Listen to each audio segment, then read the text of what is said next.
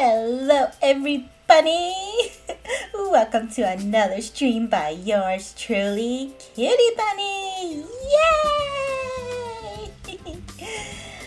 Okay, alright.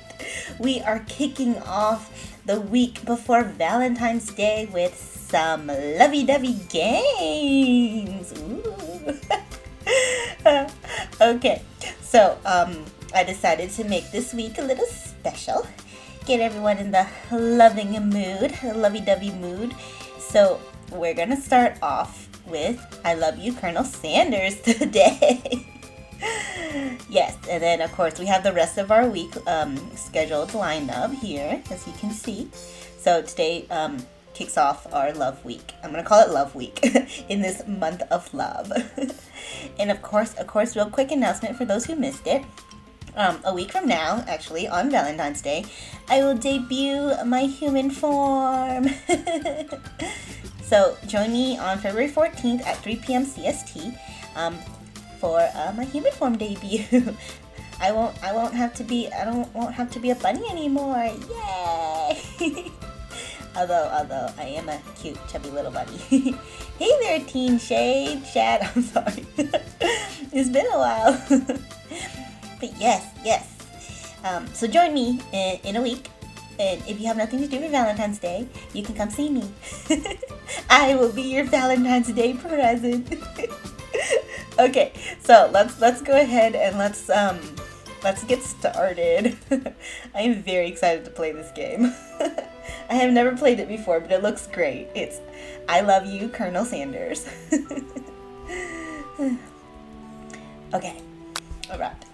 This is a finger-licking good dating simulator. It's an official dating sim game by KFC. Isn't that amazing? KFC knows where it's at. Okay, so I hope y'all can hear it.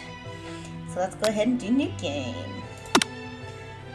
Ooh, okay, before we get started, tell us your name. Okay, I'm gonna put Yukari, because that is my human name. Ooh, yummy biscuits. Ah, that looks so good. This game's gonna make me hungry. Oh boy. Okay. Y'all are gonna get to witness my beautiful voice acting. Ooh, head pat? Okay. Alright, let me see. Okay, before I get started, I'll do a head pat redeem. I hope this works. Oh, it's not in the right place. There you go. Head pat, thank you.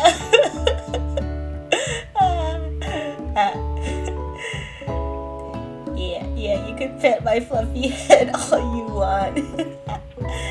Pet it! Yay! Thank you for the head pat. Okay. Okay, now let's get started. Alright. Okay. You sleep softly as the morning sun casts a warm glow through the window of your modest student apartment. The world is peaceful and serene. You could stay in the moment forever. Or you could wake up now. Oh my god, this is in my ear. Your first day of culinary school is in no time to... Oh my lord, this is annoying. Do y'all hear this? Let me turn it down. Oh my lord. Holy crap. How do I stop it? Oh, okay. Oh my god. Smack that clock. Oh my gosh. That scared me. That was really loud. Okay. Talk about a jump scare in a dating sim game by a chicken alarm clock. Okay. Lying in bed, you stare at the ceiling, thinking about everything that awaits you at the prestigious University of Cooking School, Academy for Learning. Your mind begins to wander. Yes, honk. Who will be there? What will you cook? What should you wear? Time begins to fly by and you find your imagination getting away from you. Okay, you'll need to take this seriously. You allow yourself to daydream a bit, thinking about the future. I'm gonna allow myself to daydream a bit, thinking about the future. It's here, finally. Your first day of culinary school. So many dishes to prepare, so many students to meet. Okay, so we play a role as a culinary student. That's cool. Your mind is swimming with possibilities when you realize you're running late. You grab a biscuit and burst out the door in a hurry. Hey there, Ambi. Hello. Delicious. Just what you needed to wake up those taste buds. I see what they're doing. They're putting all this KFC food in this game. I guess that makes sense. Oh, that looks so good. Yikes, you're in such a hurry, in fact, that you forgot to put on any deodorant before running out the door. Oh gosh, you're sweating buckets as you rush to arrive on time. Uh-oh. Oh, that's gross.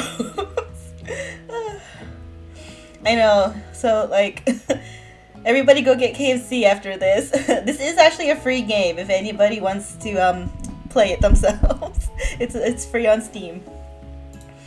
Standing in the quad, you gaze upon the magnificent University of Cooking School, Academy for Learning. I feel like it's a little loud. I'll turn it down so y'all can hear me. Here comes your lifelong best friend, forever, Miriam. She's the most adorably awkward person you've ever met, and you absolutely love her for it. Aw, she is. She's cute. Good morning, Yukari. Are you excited for the first day of the rest of our lives? She is adorable. Actually, because I sure am excited, a little nervous. Okay, a lot of nervous. It's just that this morning I made breakfast for myself, but when I ate it, I couldn't taste any love in the food. What if I'm no good? What if I fail? Classic Miriam, raised by master chef parents. She's always held herself to a very high standard.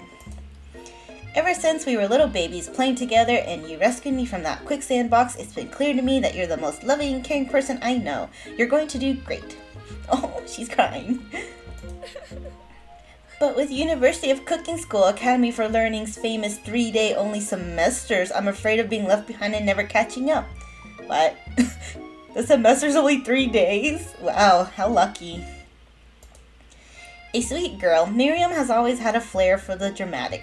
This summer, she got so nervous about her first kiss that she chipped a tooth practicing on a mannequin. Oh, girl. That's a little embarrassing. Should you pep talk her or change the subject to give her some relief? I'm gonna pep talk my best friend. Remember last month when we saw that fortune teller and had our tarot cards read? The lady with the mask who gave me nightmares? I've been trying to forget. I know she looked spooky, but she was so sweet, and she told you that you were destined for great things. Remember that card with the fancy-looking tower, and that other card featuring the handsome fellow in the red suit? I've been waiting for so long to meet a handsome fellow I could call my own. And I'm sure you will soon. In no time, we'll be graduating and you'll be delighting the world with your heartfelt cooking in no time at all. As you talk Miriam up, you can feel her nerves begin to ease. You know what? Maybe everything will be okay after all. And if not, at least I have these killer bangs. She does have cute bangs. Can you believe I cut them myself? You can definitely believe it. I cannot believe it. Before you can get another word out, you're rudely interrupted when someone smacks your books and custom engraved measuring spoons out of your hands and onto the ground. Hey! Oh, it's Ashley, your arch rival. Oh, is this our antagonist? She's totally evil, but you can't help but be filled with jealousy. She can get anything she wants and she knows it. How about that heart, that heart boob window? It's really cute. Hello, Ashley. Oh, I didn't see you there, chicken chins.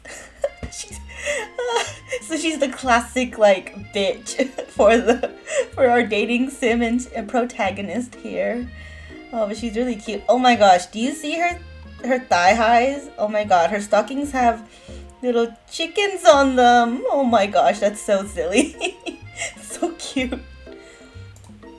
You leave Ikari's shins alone. They are perfectly normal shins.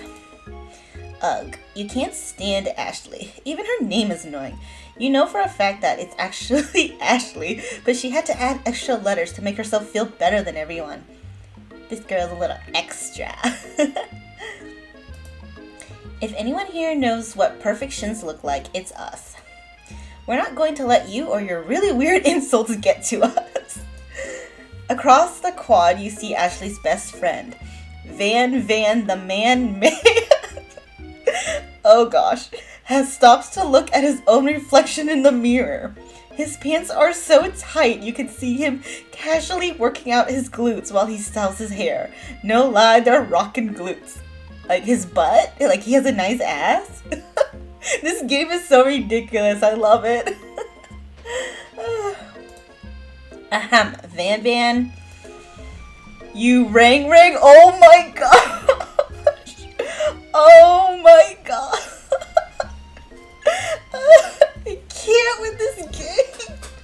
5 minutes in and I just can't.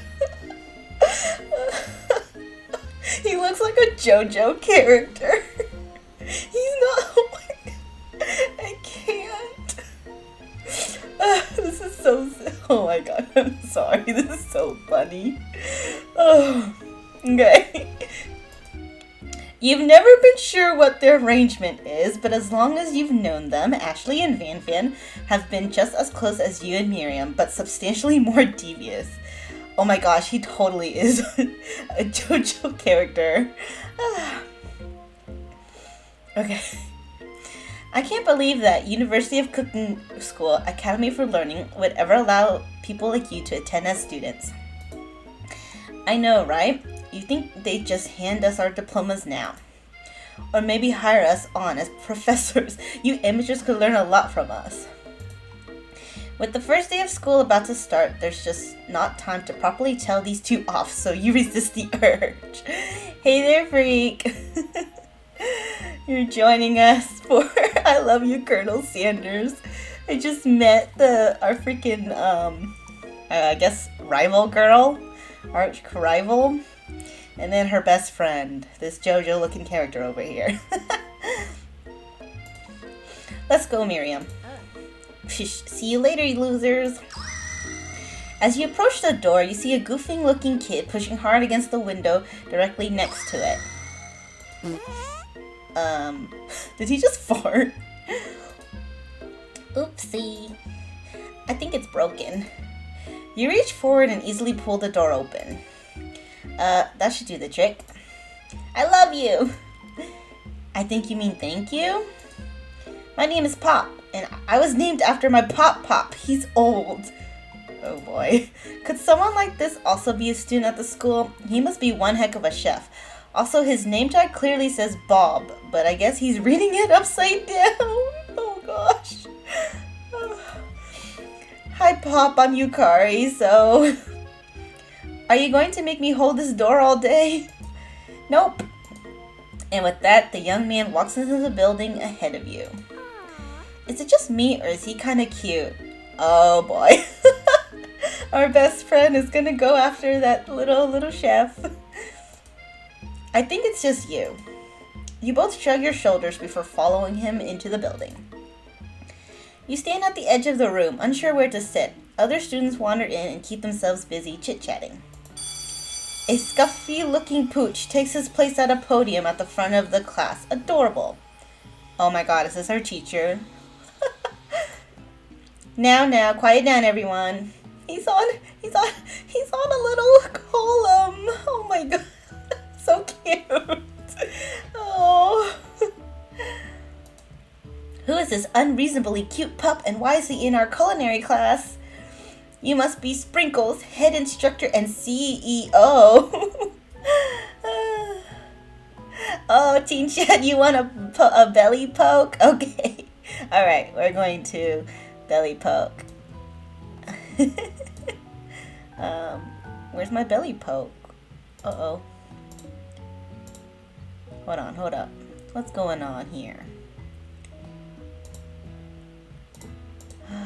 What happened to my belly poke?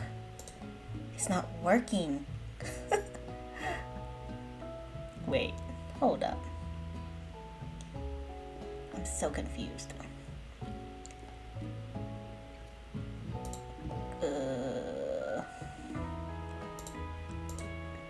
It's not showing up. Oh, you know why? I messed up my, folders earlier. So, it's still not working. That's so weird. Oh, there we go. I had it turned on, okay. You are, it tickles. I think it's a little high. My belly's down here.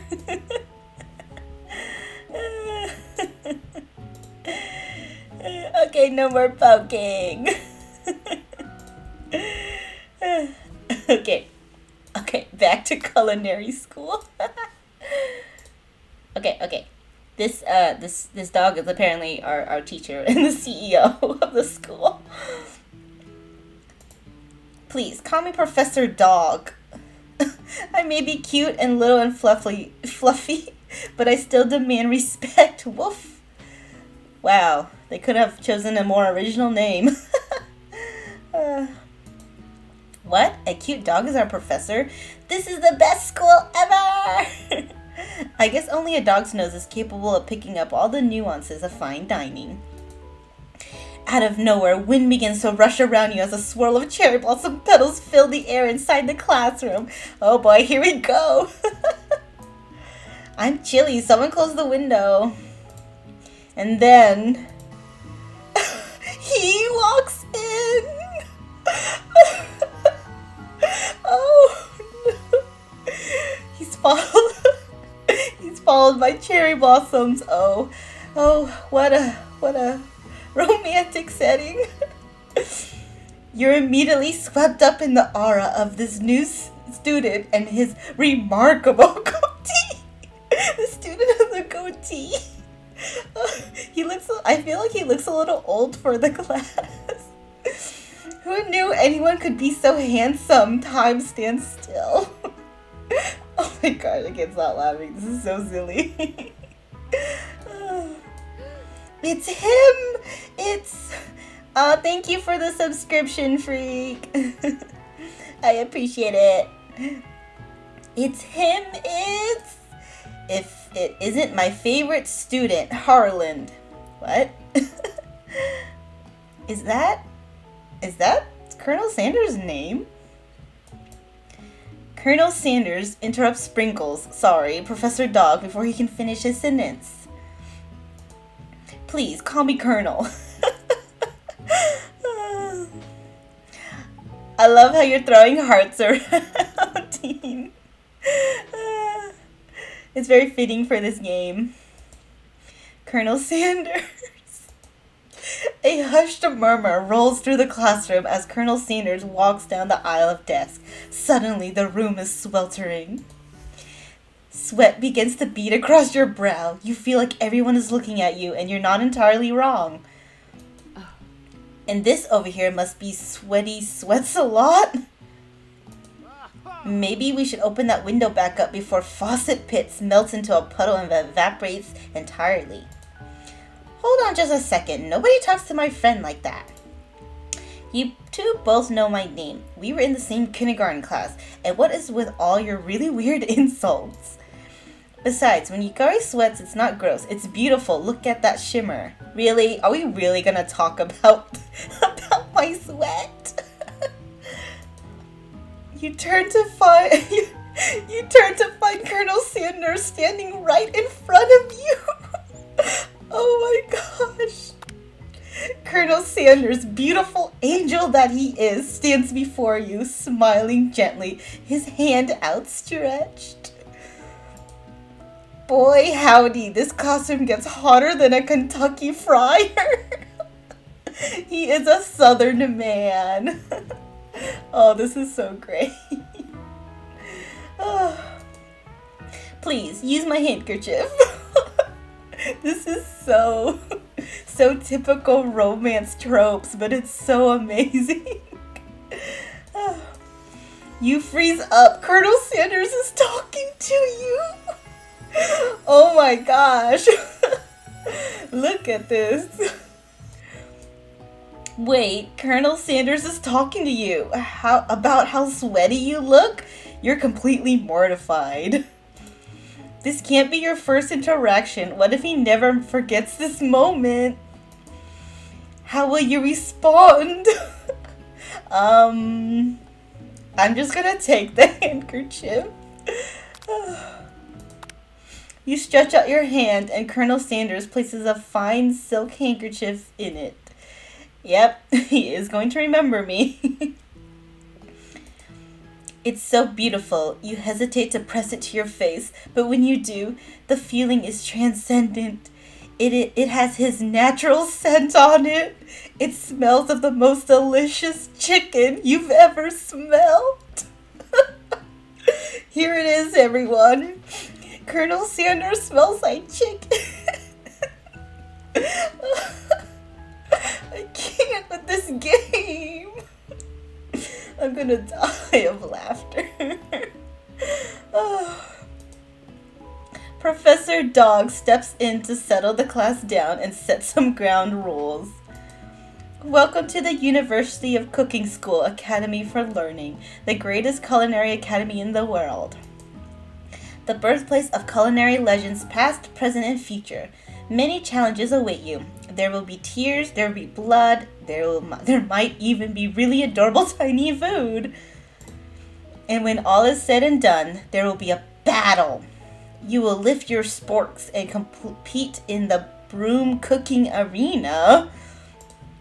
Just then, another student enters the classroom and interrupts the professor's rousing speech. Hi guys, sorry I'm late. I hope everyone had a good summer. I really miss. Oh my gosh. Besides Colonel Sanders, everyone else looks really ridiculous. Quiet. Late to class is bad enough, but interrupting my monologue? You're on the fast track out of here, young man. Are you sure you're even in the right place? Don't you recognize me? This is my 3rd year in this school with you as my teacher. Oh, did he get held back? Everyone stares at him blankly. Does no one remember me? You're expelled if you utter one more word before I finish. Oh, look at the dog's little tail. It's so cute. Let that be a lesson to you students that tardiness is unacceptable. Even Clank made it here on time, rolling halfway across town on his tiny wheels. You turn to see the student Sprinkles is referencing, who appears to be some sort of industrial kitchen appliance. Where Okay, this is another student apparently. Yeah, the doggo is angry. Oh my gosh. The class bursts into laughter. Oh, Clank, you rascal. Sprinkles walks in the classroom as everyone stands in silent obedience. When he gets to you, he lifts his nose into the air and takes a deep whiff. Your diet is lacking. Based on what I'm picking up here, you definitely need a multivitamin. You should be taking better care of yourself. You've never had a talking dog as a teacher before, but Sprinkles' reputation for being smart but tough is well known. You decide to try and butter him up by giving him a treat from your pocket. But what kind? Is it too obvious to go for the chicken snack? Let's go for the chicken snack. You reach beneath your apron and return with a chicken snack in your hand. Sprinkle's eyes go wide as he locks onto it. His favorite! Well, I think there might be some competition for new star student. The furry professor immediately devours the snack, leaving your hand slick with a coat of warm doggy drool. You see the other students eyeing you jealously, but pay no mind to them. If they wanted to succeed in life, they should have learned the importance of carrying a range of dog treat flavors on them at all times. Life lesson there, guys. Always have dog snacks. Settle down, young chefs. Take your seats and prepare to have your minds opened to the amazing possibilities of culinary creation. As everyone rushes to claim their favorite seats, you're left standing at the front of the room. Only 2 options remain. Hey, Yukari, there's still a seat here. It seems that no one has claimed this seat next to me, if you're interested. Oh, 2 good options, but which will you choose? Oh, that's a hard one. Sit by the hot man of the class or sit by your best friend? Oh, I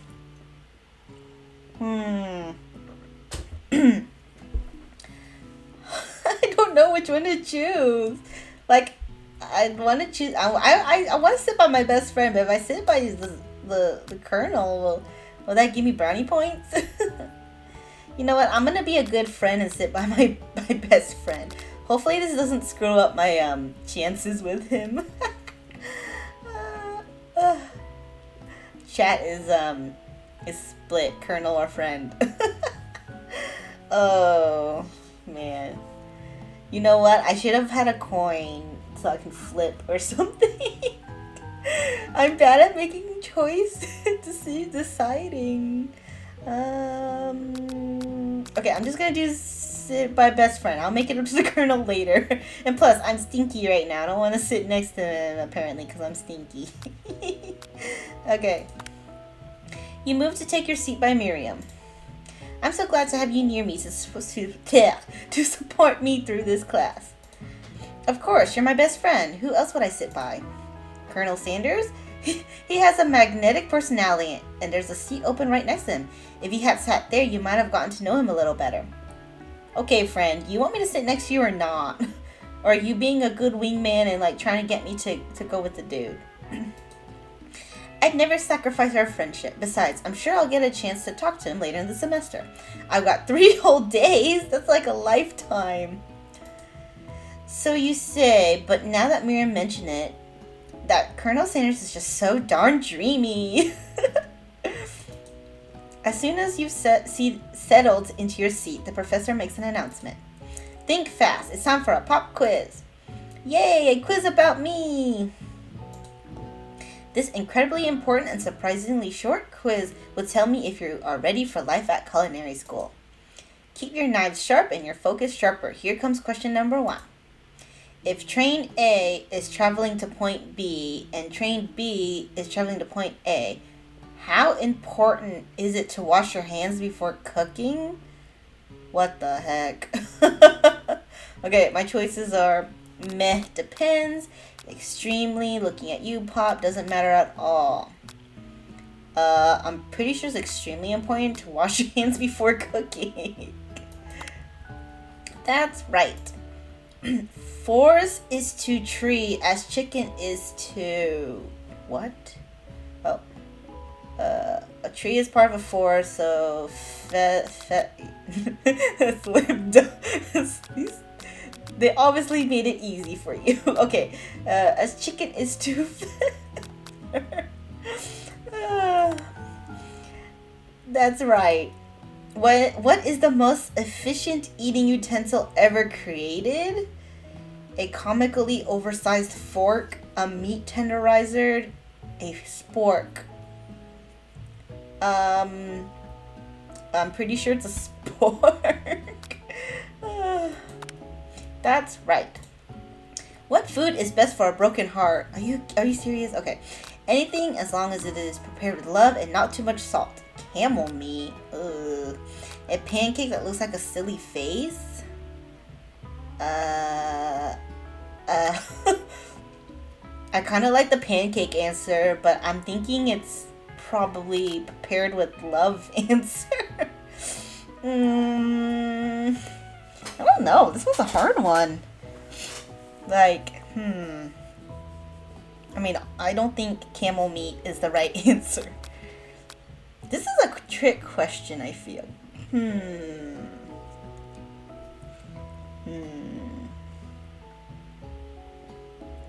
think we should go with C, a pancake that looks like a silly face? I kind of like that answer too. Let's just go with it. That's wrong! Oh, okay. Is Sprinkles a good boy? No, he's a talking dog that teaches at culinary school. He is the best boy. Yes. Oh my gosh, these answers. That's right. Your total score is 4 out of 5. I didn't do too bad.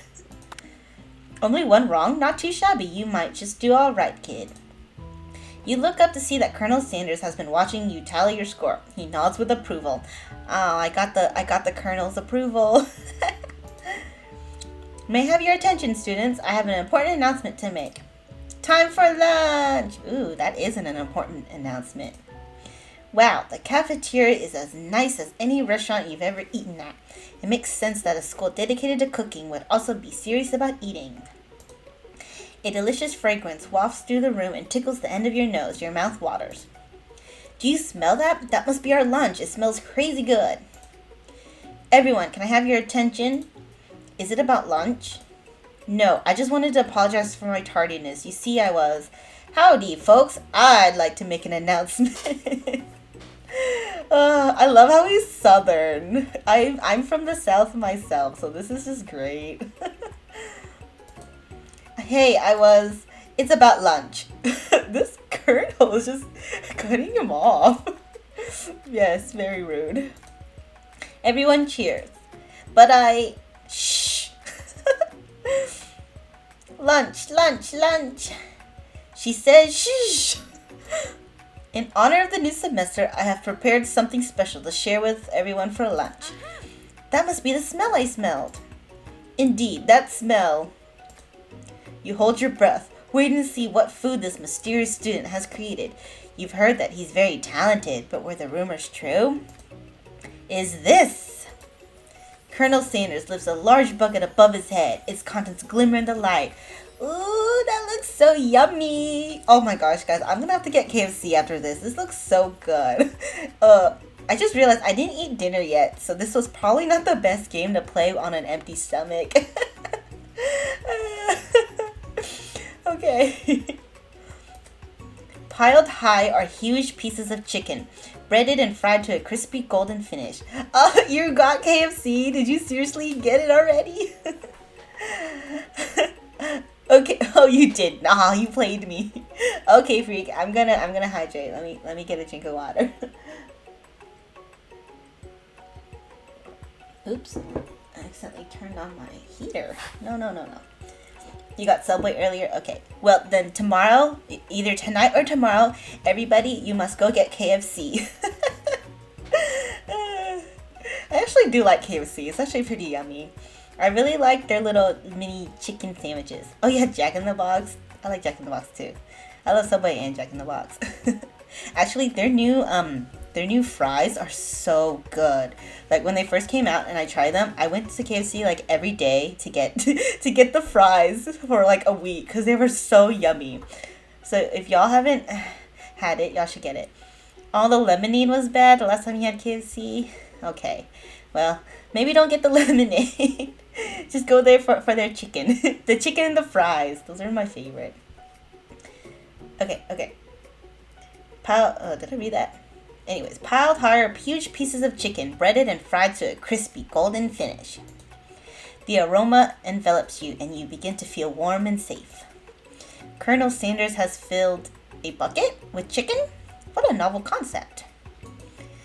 Your stomach begins to grumble, as if to say, stop thinking and start eating. For years, I have been developing a secret recipe for the perfect fried chicken. By my calculation, nothing less than 11 herbs and spices are required to achieve the perfect balance of flavors. You look around and notice that every other student has a pen and paper and is scribbling notes as fast as they can. But that's all I'll say about that. What, you think we want your stupid secret recipe, dude? Pshaw, nah, my dude, nah. I should read this dude's voice in like a deep voice. Okay, let me try that again. What? You think we want your stupid secret recipe, dude? Pshaw. Nah, my dude, nah. I can't keep up that voice for long.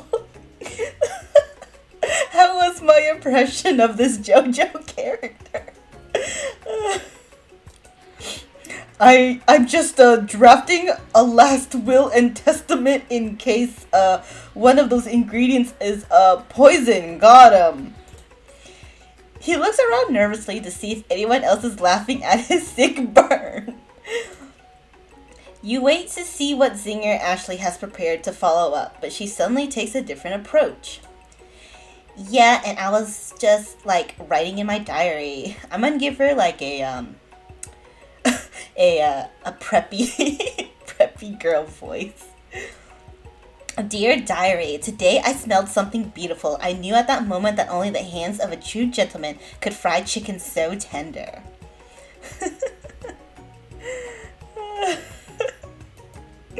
She's hitting on him. She's hitting on Colonel Sanders. You see her body language change from bitter and evil to sweet and innocent as she slides closer to Colonel Sanders. She realizes that he is destined for greatness and fame with cooking skills like this. She wants him all to herself. Oh, please. Well, Van the Man, if you don't want any, I'll take his. Whoa, hold on. I mean, I guess I'll try it. He takes one bite and his eyes grow wide. He starts contorting his face as he tries to hold in his pure exhilaration and act unimpressed. Is he what, like Tsundere? Easy now. There's enough for everyone. Please, my fellow classmates, dig in. You take one of the pieces of fried chicken out of his bucket and sink your teeth into it. It's amazing! Tasting Colonel Sanders' food transports you to another dimension. Alone with your taste buds, gripping a drumstick in your hand, you float weightlessly. Focus your mind and meditate on this moment. Try and identify every flavor. Savor the moment and everything that it tells you about Colonel Sanders' culinary heart. Swim toward the light. I want to pick the B. You want me to swim to the light?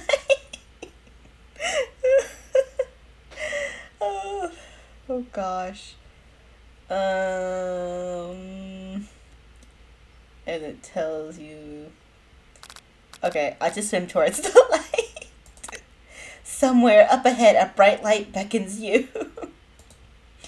The flavors are so intense you become wrapped up in them, unable to resist. You reach toward the light. It grabs your hand and pulls you closer, closer. Until your fingertip connects with the end of everything. Don't go with it. Always go with what you said. Okay. You are forever lost in the land of tender fried chicken bliss. Your mind dissolves. There is no Yukari now. There is only herbs and spices. I think this was an interesting choice.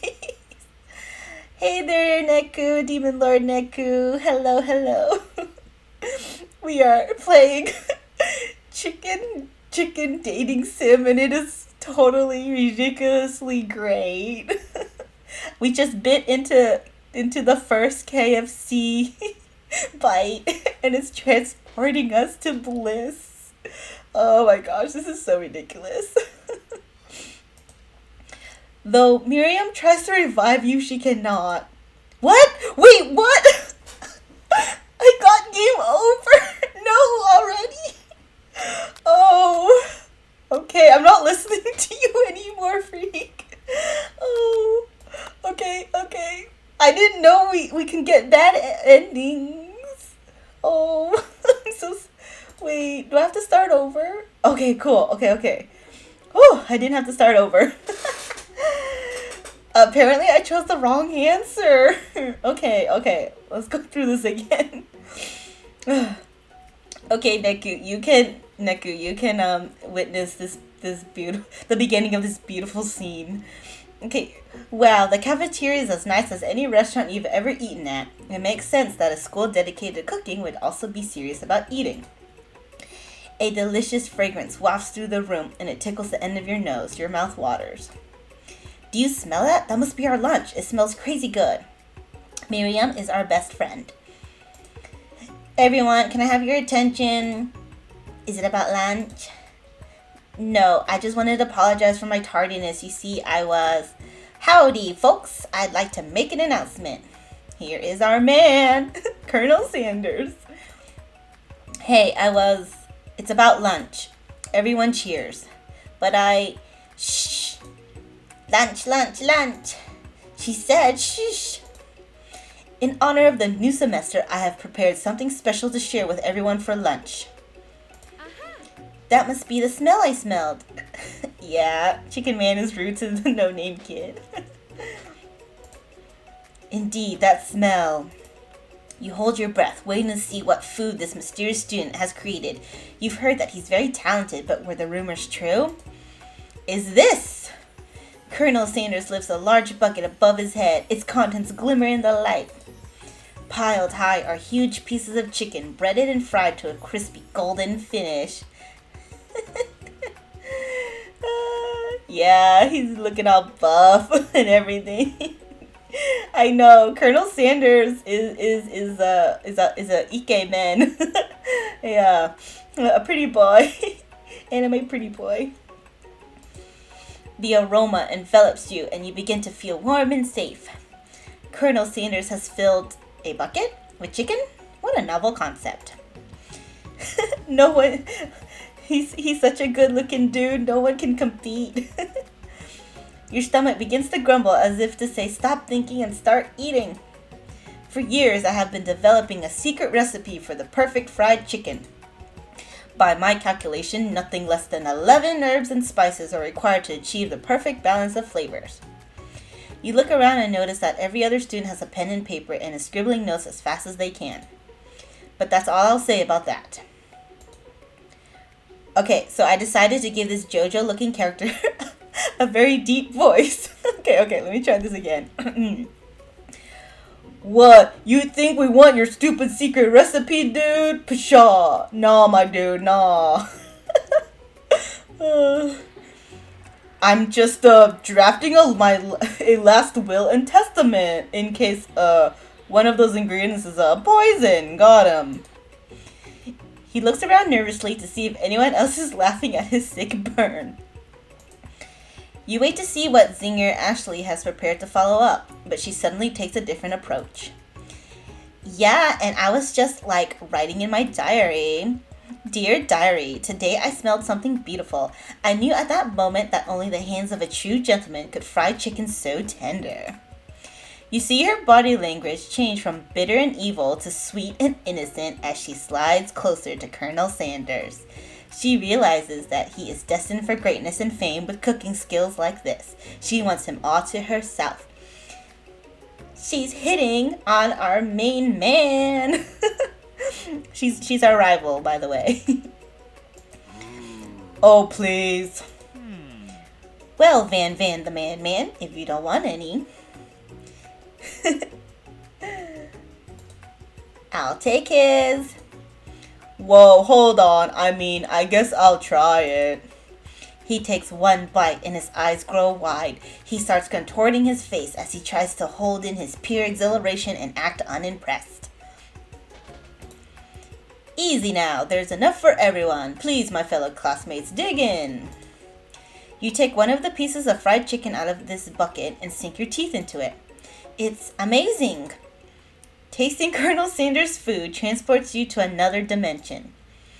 Alone with your taste buds, gripping a drumstick in your hand, you float weightlessly. Okay, we're not gonna swim toward the light. Last time we got game over. It was a really good choice, but it made me game over. It is the only choice, yes. Okay, but no, we're going to savor the moment and everything that it tells you about Colonel Sanders' culinary heart. The flavors in your mouth are beautiful, pure, heavenly. What a guy! Alone with the flavors, you feel something that can only be described as love. For a man, for a flavor, are they the same? After tasting his food, you try to get some one-on-one time with Colonel Sanders. Well, they do say, what do they say? Like, the way to a man's heart is through his stomach. And I guess in this case, the way to a woman's heart is through her stomach. His cooking is making me fall in love with him. Oh, Colonel Sanders. Okay, we're gonna try to get on one-on-one time with him. You approach Colonel Sanders. Colonel Sanders smiles ever so softly as you approach. He stops what he is doing and allows you to break the silence. Colonel, I wondered if I could talk to you for a second. Anything for a fellow chef. Yeah, that saying works on you too. Oh yeah. I feel like it works on most people. Unless you just don't like to eat. If you don't like to eat, then I guess it wouldn't work. But who doesn't like to eat? Eating is the essence of life. I love to eat. What exactly was on that chicken? How bold to come out and ask. It's an idea I had for a new combination of flavors that will make me my fortune and establish my legacy for all time as I open a chain of highly successful fried chicken restaurants. No big deal. Wow, he just puts it all out there, huh? Look at his cane. There's a little chicken on it. It's so cute. It's just you and me here talking. I can keep a secret. In fact, I've got some of my own that I'd be willing to trade. What's the rush? The semester's only getting started. We've got 2 more whole days to get to know each other. Speed dating in 3 days, guys. This is what's going on. He's clearly not going to give it up easily, but it doesn't hurt to be persistent. You know what they say about secrets, Colonel. Shouldn't learning be fun? Aww. You've got moxie, I'll give you that. 2 whole days. This is legit a whole lifetime. It is. Colonel Sanders looks both ways to make sure you're truly alone, and then leans in. You can feel his warm breath as he whispers. Just 1 ingredient, but you can't tell. I use beep. It's something my great-grandmother taught me. I like how they're not telling the audience, like, the actual the actual ingredient for KFC. Well done, game developers. Well done. Beep! Wow, you've never have guessed that. In fact, you're not even sure where you'd get some if you searched. While you're wrapped up in that huge revelation, you notice that Colonel Sanders has disappeared. While everyone else is still in the cafeteria, you decide to look for him. I know, we want to know. What is the secret ingredient? You find Colonel Sanders outside, standing in the quad. Oh, it's you again. Howdy. Sometimes I like to come outside and look at the school buildings. I think about how my story will continue on after I've graduated. It sounds like you have big plans. It is. Wording removed. Yes. I dare say the biggest. I will leave my mark on this world. You can bet on that. Alone together for the first time, you figure now is the perfect moment to show your personality to him. Neg him to show your own strength. Wow him with a big idea to add an additional ingredient to really spice things up. Be modest but thoughtful.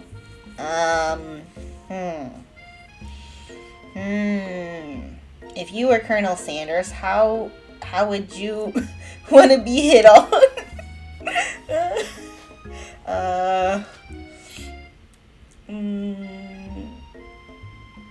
Yeah, I'm thinking either the last one or... Yeah, okay, two's not good. Yeah, that's true. He'll probably not like that idea. Okay, so be modest but thoughtful. Well, oh, did you see those hearts? I think we got, I think we leveled up our love meter. Well, I just wanted to tell you that I really enjoyed your food. Now you've got his attention. Oh, we got his attention, guys. The flavors were complex but comforting. The interplay between salty, savory, and peppery. It was perfect. I appreciate the compliment, Yukari. I'm sure you'll be a big success. I know we've only met today, but I'm starting to get the same feeling about you. Aww, he's warming up to me. We should head back inside. The next lesson starts soon. You step into the massive cooking arena where the afternoon lesson will take place. Each student gets an oven and all the tools and ingredients they could need. Ooh, look at this nice kitchen. Look at this place. It's magnificent. Finally, we get to show our stuff. Wait a second. Oh no, we have to show our stuff. What if I totally blow it? You're not going to blow anything except maybe kisses to the crowd of fans you're going to earn with your signature, adorable tiny food creations. Aww. Welcome, students, to the cooking arena. This is our professor, this dog. For today's lesson, we'll be cooking with partners. Hurry up and pair off. Naturally, Miriam looks over at you, but unable to control yourself, you pounce on Colonel Sanders. Oh boy, oh girl, please. Hey, Colonel, would you like to tackle this lesson as a team? A team of two, that is, me and you, if that wasn't clear. Oh man, she's pushing hard, or we are pushing hard. Want to be my partner? Sure, Yukari. I'll prepare our station. Without you as a partner, Miriam is left standing all alone. Two different students quickly take notice. Hello, new partner. Beep, beep, zit. Yes, the dog is a teacher. Oh, okay. So she has two guys going after her. I don't know if you can count the robot as a guy. Maybe. Who knows? Oh my, two potential partners? I'm so sorry, gentlemen, but I don't know who to choose. It looks like you'll have to pick for her. Friend duties can be a little awkward, but that's the price you pay for not being alone forever. Who do you want to ask to be Miriam's partner? Well, okay, so when we first met Pop, it seemed like she had her eye on it. Like, I think she kind of has a crush on Pop for some reason. I think it'd be funny to pair up with a robot, but I don't know. I'm gonna go ahead and just, since she has a crush on Pop, I'm gonna send her to Pop. That's what best friends are for. We are gonna be a good wingman. Sorry, Clink, but I think Miriam will be partnering with Pop today. Whirr. Oh, he's crying. The robot's crying. Pop gives a big smile as he steps up to the same station as Miriam. I'm a chef. He holds up a banana and, without peeling it, proudly eats the entire thing. Oh boy. It's disconcerting, but Miriam is too kind to act grossed out. I love your enthusiasm, Pop. She looks at you like, really, this kid? But it's too late to change your choice now. But, what? I should have chosen a robot? But she liked him. Like, she said he was cute when she first saw Pop. I'm sorry, Miriam. Now it's time to focus on your own cooking classwork. Alright, you two, for today's lesson, we're going to keep it simple. Pick a basic dish and divide up the steps. No chef is an island. It takes 2 flints to make a fire. You get the idea. Which dish do you suggest to your partner, Colonel Sanders? What? Oh, which dish do you suggest to your partner? Colonel Sanders. Oh boy, steak tartare seems easy enough. It's fancy and you don't even need to cook it. Using octopus will blow Colonel Sanders' mind. Your grandmother's mashed potatoes and gravy. I think we're going to go with mashed potatoes and gravy because, you know, that goes great with chicken. I love mashed potatoes and gravy, by the way. It's so delicious when you get them with, like, fried chicken. So it's one of my favorite sides. That and mac and cheese. Mac and cheese is so yummy. But wait, I don't know does KFC have mac and cheese? I don't remember. I've always been something of a down-home chef. I was thinking we could make something warm, inviting, comforting. Maybe mashed potatoes and gravy? Did you hear? He's like, oh. I couldn't imagine one without the other. Colonel Sanders cast a coy look at you, causing your whole face to go beet red. Embarrassed, you quickly turn away. I think we're getting his heart, guys. we are flirting with the Colonel. I'll go get the potatoes. No, please, let me. Picking perfect produce is a passion of mine. Looks like things are getting pretty fresh around here. Does someone have a crush on Colonel Sanders? We're just cooking partners. Mind your own business. Sanders' heart is my business, and you'd better keep your fingers off my man. Oh my god, this bitch. Did someone call for me? Ugh, no, Van. While I'm over here crushing Yukari's dreams, you're supposed to be taking care of our classwork. That was the deal, remember? Is this metal music his theme song? Oh, man. Colonel Sanders returns, arms full of peeled potatoes. He tosses them into boiling water and turns his attention to you and your old friends. Oh, howdy there, Ashley. Van. Are you working on a quartet instead of a duet now? Actually, no. It looked like Yukari was struggling, so we offered to give them a hand. You know how it is. These young amateur chefs need a lot of mentoring. Hello there, moist muffins. Yes, nom. I was going to say, Colonel Sanders, maybe I could also teach you a thing or two about fancy food. Maybe one day you might be able to get up to my level. Ha, doubt it. Don't be rude, Van. Personally, I have no doubts whatsoever about Colonel Sanders' ability to concoct. Oh, you donated 2 chicken drumsticks. Oh, that's silly. Yes, these drumsticks are perfect for this game. Okay, where was I? Personally, I have no doubts whatsoever about Colonel Sanders' ability to concoct creations worthy of admiration.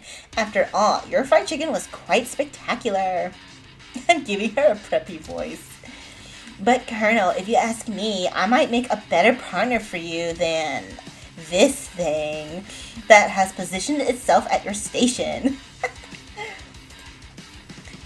Don't you feel deep down that we cast complementary shadows? We fit together like a thigh and a drumstick. It just makes sense. This girl's trying so hard. Nothing about this makes any sense, but one thing is clear. She's coming for Colonel if you don't watch out. Ashley is really going at you hard. You need to ask for some backup here before things get ugly. Turn to Colonel Sanders, hunk of hunks, in your time of need. Turn to Miriam, your forever bestie who always has your back.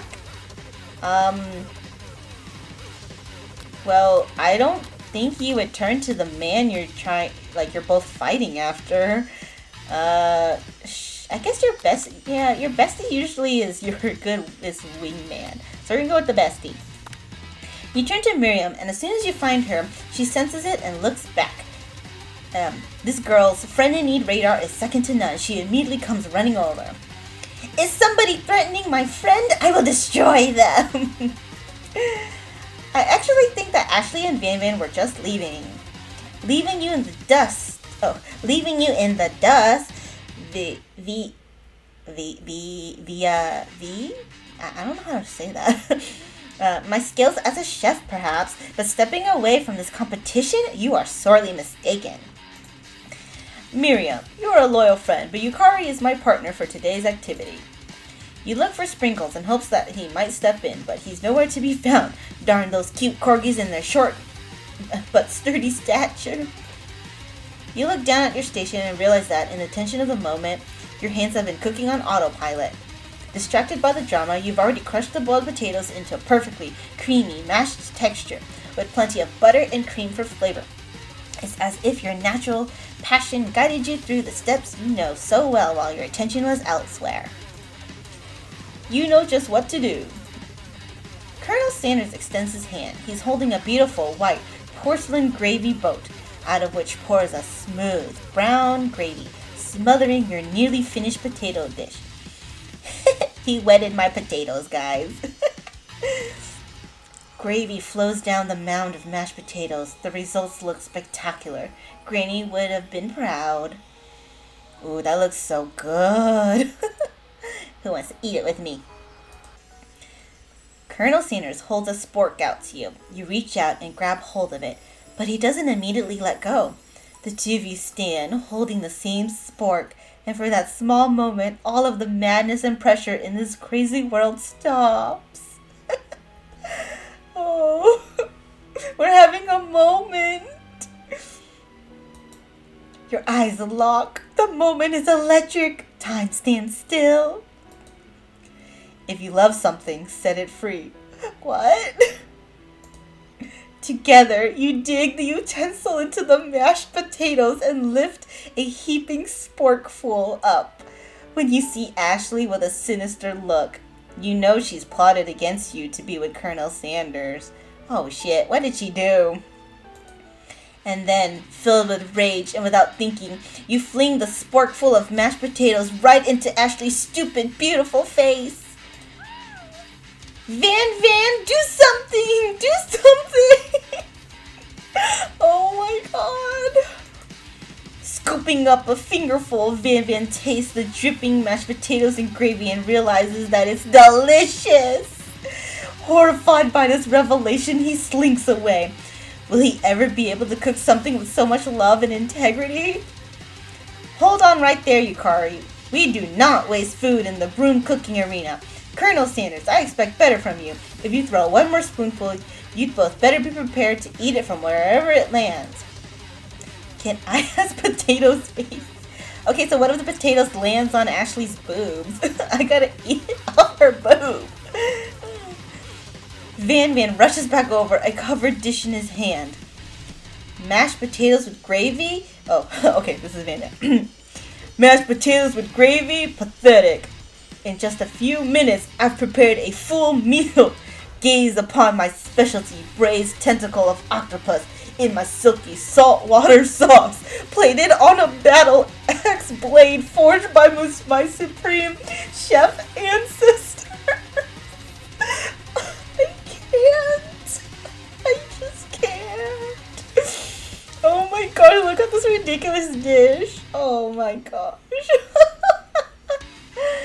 Oh, I can't. You've ignored me for too long. This ends now. It is I who will have the first bite and you will all look on with envy. Okay, this just got really crazy.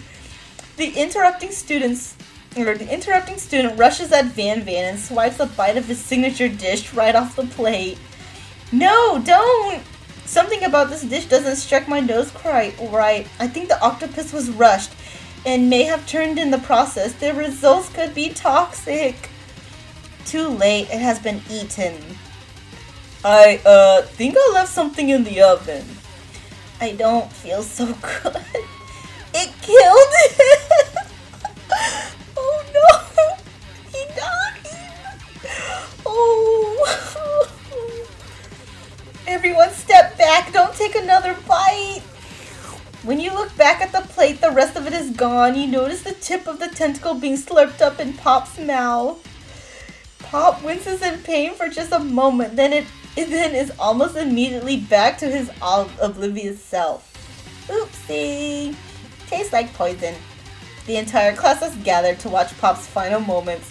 Shock has frozen the whole crowd. They are as motionless as statues. The class bell rings, disrupting the moment and snapping everyone back to reality.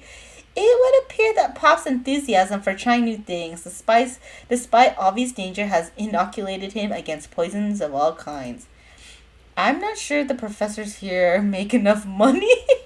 This poor dog, he has to deal with so much crap. Hello, I just turned into a ghost over here. Ghost of student. Seeing that you're shaken up by that really annoying student and all his nonsense, Colonel Sanders approaches you. I'm sorry you had to go through that. Please, let me walk you home.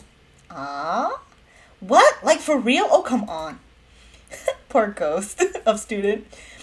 You follow Colonel Sanders out of the room. At night, the school building has taken on another vibe entirely. It's dark and more than a little spooky. Colonel Sanders stands in the quad's neon glow and speaks softly. Those mashed potatoes you made in class today, before you go on, I want you to know they're not a great representation of my skills. I didn't even realize I was making them. They were amazing. Tasting them, it reminded me why I became so passionate about food to begin with. Colonel Sanders is getting choked up. Cooking is obviously important to him in a way that you find inspiring. Now might be the perfect time to tell him you're developing feelings for him. Colonel Sanders? Yes, Yugari? There's something I need to tell you. Really? Hold it right there. There's something I need to tell you first. Oh, jeez. My thoughts exactly. Oh, man. Here comes the confession interruption. You see, when I was just a boy, I had a dream that one day I would be the greatest chef the world has ever seen. And every day since, I have been working toward that dream, day and night, never stopping, never resting. Also lifting a lot of weights, like so many weights.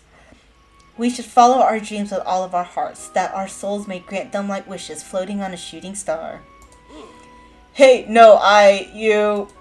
Shut up! I'm the one here to say inspirational stuff and be the star of the story. I can't with this guy. Are we forgetting that your cooking literally killed a guy? You can't prove that! I also saw you kill that guy. What was his name? Somewhere in the distance you hear a long, sad sigh. Nobody knew his name. Forget him. We're talking about me. Me. I'm the hero. The spork monster is here to fight a hero? What is going on? Oh, what? What is going on? I think I left the fridge door open. Later, nerds. Hey, Mr. Waffle Kid. I guess I'm a frog now. You're joining at a very interesting time. How dare you threaten me just as I was letting down my guard and connecting with another chef on an emotional level. Be afraid, be very afraid of me because I'm a monster, see? Is he rhyming on purpose or is it just a coincidence? But before you can discuss syntax any further... Wait, what? You tend to confuse bunnies with frogs? They look similar to you? Oh, well, I guess we're both small animals. It's a turn-based fight sequence. Oh my god, you gotta be kidding me. What will you do?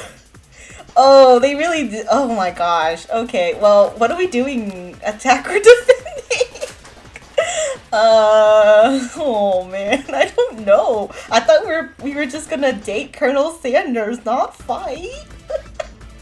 Never defend? Never? Okay. Okay, yeah, I don't know what's going on either. We were about to confess to Colonel Sanders, but then we got interrupted by a spork monster. I don't know what's going on either. Okay, let's just attack it. You decide to go on the attack. Which attack will you use? We have a oh, we only have one attack. Cook with love. Cook with love does 1 damage. It just got real. That attack really upset Spork Monster. Spork Monster goes on the attack. They spit hot gravy at you. You take 1 damage. Oh, what's my HP? Wait, should I, okay, so what? I just keep attacking? You decided to go on the attack. It worked last time, right? Cook with love. Cook with love does 1 damage. Spork Monster won't forget this. Spork Monster is really feeling threatened by your attack. Spork Monster focuses their mashed mind and draws in energy from Mother Earth itself. Oh, it buffed. They grow larger and more intimidating. How will you respond? Guys, should we defend or we just keep attacking? He's getting angry. No. Oh, I'm scared. Stupid Spork Monster. Oh my gosh. Oh, you think I should defend? Man, okay. Defend or attack? Chat is split. Okay, the next answer, if someone types in something, I'm gonna go with that. Because it's 50-50 now. I don't know which one to choose. Defend. Wait, you already said okay, fine, you know what? I'm just gonna try defending. You decide to defend. Which defense will you use? I only have 1 defense. Trepidation? You hold your head between your hands and mutter, "This is not happening, this is not happening." Are you kidding? This is how I defend. Spork Monster is no quitter. Buffed up and ready to rumble, they go on the attack once again. Spork Monster uses utensil. You take 2 damage. If you take much more damage, you're not going to survive. Oh my gosh, defending did nothing. Okay, I'm just gonna attack. Cook with love. I know, what kind of defense was that? Spork Monster's oozing cheese sauce onto the lawn of the quad. I wonder who is going to have to clean that up. Feeling vulnerable, Spork Monster prepares for its ultimate attack, Rounded Edge. Vile villain, your reign of terror stops here. Colonel Sanders is going to help us. Colonel Sanders summons the energy of 1,000 chickens. I'm gonna die from this game. It's so silly. Hot pie power punch. Oh my gosh, his clothes is coming off. What? Well, this game like turned out of nowhere. What is going on? Hot pie power pinch does punch does 10 damage. Spork Monster is defeated. Yay! You saved me. An injured Spork Monster spews steam into the night. Okay, hydrate. Okay, let me take a drink. I don't know which one to choose. Forget mercy, finish him, or we spare him.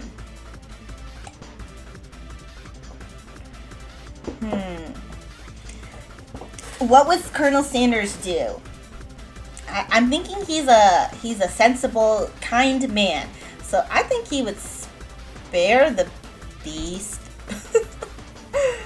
Oh, I hope this better not make me.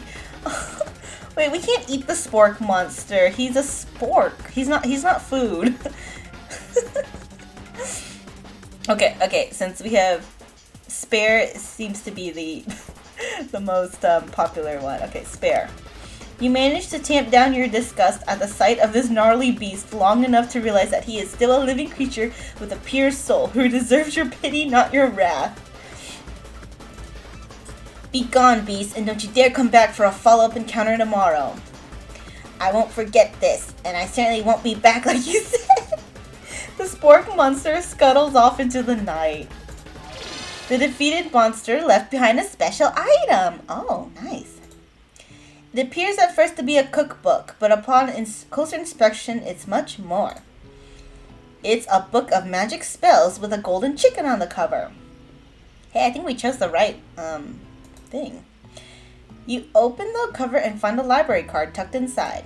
The last name to have signed it out is Borko? Borko. That name sounds strangely familiar. Your blood is pumping as you stand in the quiet of the night, holding the mysterious book in your hands. As you come down from your battle buzz, you realize that your final attack has left you completely depleted. A world around you begins to fade away. Without energy to keep your eyes open, darkness overtakes you. Oh, we fainted! The image of Colonel Sanders flashes before your eyes as you fall asleep. He must have helped you get home. In your tired state, you don't know if you could have made it without him. What a guy. I knew it. If the book is magic, he might turn into a Super Saiyan. Should have eaten for energy. You want to thank him, but you don't have the strength to utter a single word. You feel your covers being pulled up over you as you are tucked in tightly. Oh man, what a cliche scene. He took us home and tucked us into bed. Good night, my Colonel. In your dream, you're together with Colonel Sanders. For some reason, Sprinkles is also there, instructing your love. Dreams are weird. Oh, oh my gosh! Everyone's riding on chicken drumstick comments. Oh, how cute. You awake on day 2 and attempt to process the wild visions you had. Were they memories or premonitions? Go to the light. And then there was that secret ingredient that Colonel Sanders went ahead and told you outright. Not much of a secret, huh? It's probably just because he already trusts you so much. Sure, that makes sense. We'll go with that. You meet up with your bestie in front of the school. Before you can tell her about the encounter with the spork monster, she launches into a story of her own. Okay, I know this might sound a little strange, but I think I might like Pop. Oh, look, so I did right. Like him, like. I know, it sounds like it's moving too fast, but there's something about him. I like him, like him. We got to talking after class, and he's actually a totally sweet guy. Not only that, but he's really smart. He told me all kinds of stories about Colonel Sanders. Did you know that Colonel Sanders enlisted in the army when he was only 3? What? Is that even legal? Not only that, but he founded a special unit of super soldiers who all wear the same hats just because he put a hat on one time and thought it looked cool. What is going on? But Colonel Sanders doesn't even wear a hat. He wears a ribbon tie. Either way, maybe it'd be best if you took it slow with this new boy, like I am with Colonel Sanders. You and Colonel Sanders, the coolest guy in school, the most famous student to ever attend University of Cooking School Academy for Learning, you're a thing now? We definitely connected yesterday. Sure you did.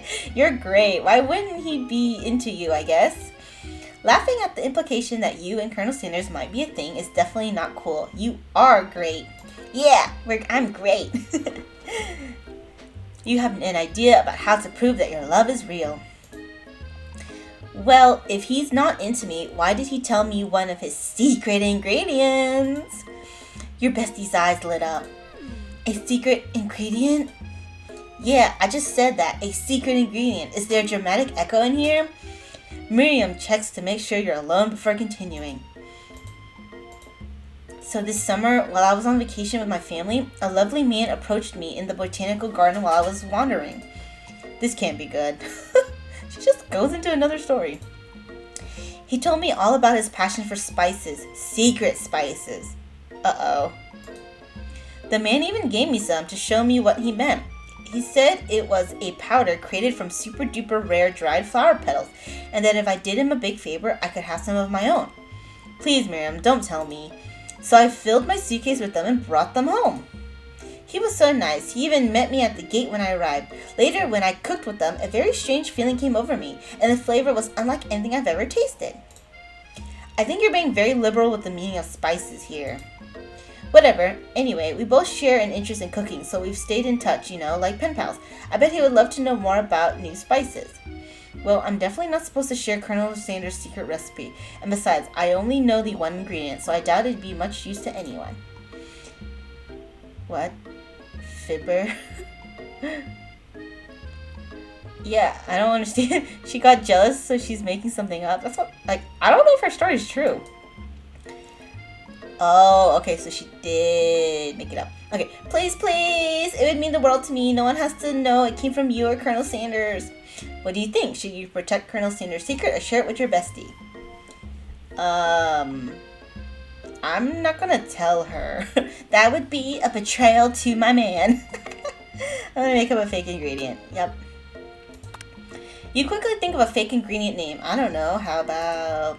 It was Eye of Newt. I know, sounds like some kind of witch's potion, but what can you do? Eye of Newt? Wow! Her eyes light up imagining such a thing, and you figure that you've satisfied her curiosity and she'll move on. However, she immediately turns around and does some thumb typing on her phone that you can't quite see. That's probably not good. Before you can ask her to confirm that she was definitely not texting secrets to other people, you're interrupted. A wind rushes in, cherry blossom petals fill the air. Oh boy, I wonder who it is. It's Colonel Sanders, he's arriving at school. Oh my gosh, is this man on a horse? Oh my god, this man is on a horse. He's on a white horse, coming in like some knight in shining armor. This chicken man. I freaking can't. Okay. I know. What is going on? Okay. Let's go. Oh. Okay. Stand back and admire his majestic glory. Run to him. Oh my gosh. It's Colonel Sanders. He's arriving at school. I don't know what to do. Oh my gosh. This is so ridiculous.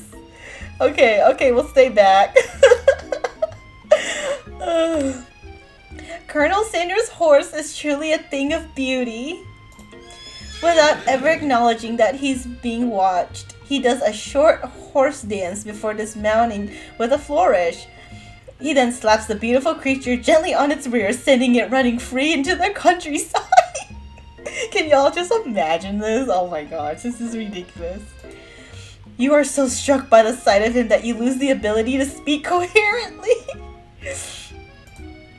Oh, I didn't realize anyone was watching. Don't worry, he knows his way home. He's just showing off at this point. You attempt to compliment Colonel Sanders, but the words don't come out exactly right. What a horseful beaut you have! I mean, what a horseful beaut you have. Dang it, that's what I just said. Oh my gosh. Being a good friend, Miriam attempts to cover for you. Oh, Yukari just gets really nervous around people they like. Hey! She just totally... What? This is not helping. I mean, they got food poisoning and were up all night. It was gruesome. You should have seen it. What? She gives you a wink and a smile as if to say, situation handled. Can't blame a girl for trying. And with that, Colonel Sanders disappears in the school, leaving you and Miriam to follow.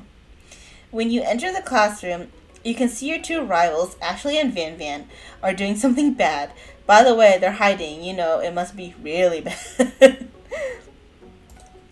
Like counterfeiting recipes bad, experimenting with restricted ingredients bad, summoning a demon bad? You try and get a peek over Van Van's hulking shoulder, but he sees you coming. Whoa there, little one. I'm not sure you're ready to handle this. Why don't you make like a bee and mind your own wax, honey? I don't know. Okay. Tell them to stop acting immature, act like you're not interested in them, but really try and get a closer look. Okay, are we going to confront them directly, or are we going to be sneaky about it? Um, yeah, I think probably being sneaky about it would be the best route. Okay, act like you're not interested in them, but really try and get closer luck. You sit near the rivals, but leave your back turned to them. You even hear Van mutter something that sounds a bit like a magic spell. Okay, so we have magic now. However, he notices you eavesdropping. You try and cover your tracks and improvise an excuse. It's time for class, and you're distracting the rest of us who want to learn. Now you've upset them. Oh, and you're the emperor of cooking, are you? You make the rules. I'm not sure you'd know a good meal if what? I'm not sure you'd know a good meal if it ate you. Being the best chef in the world takes more than just culinary skills. It takes creativity. It takes panache. And it doesn't hurt to use a little evil. You finally get a look at what it was they were hiding, and you instantly recognize it. It's a book, just like the one you found after your encounter with the spork monster. That's the same book that I found last night in the quad. Ashley immediately elbows Van, who hides the book behind his back. I don't know what you're talking about. That book is a family heirloom and its contents are secret. You notice that they haven't just been studying the book. They've got Pop pinned to the wall, and they're tossing potato skins at him as he tries to catch them in his mouth. We're playing! Before you can dig in any further, you're interrupted by the arrival of more students. It's almost time for class. Beep beep. Clank must be running late. He's in such a hurry that he rolls right over Van's meaty foot. Hey, watch it, you bucket of bolts. You watch how you talk to him. He didn't do anything. Boost. Womp.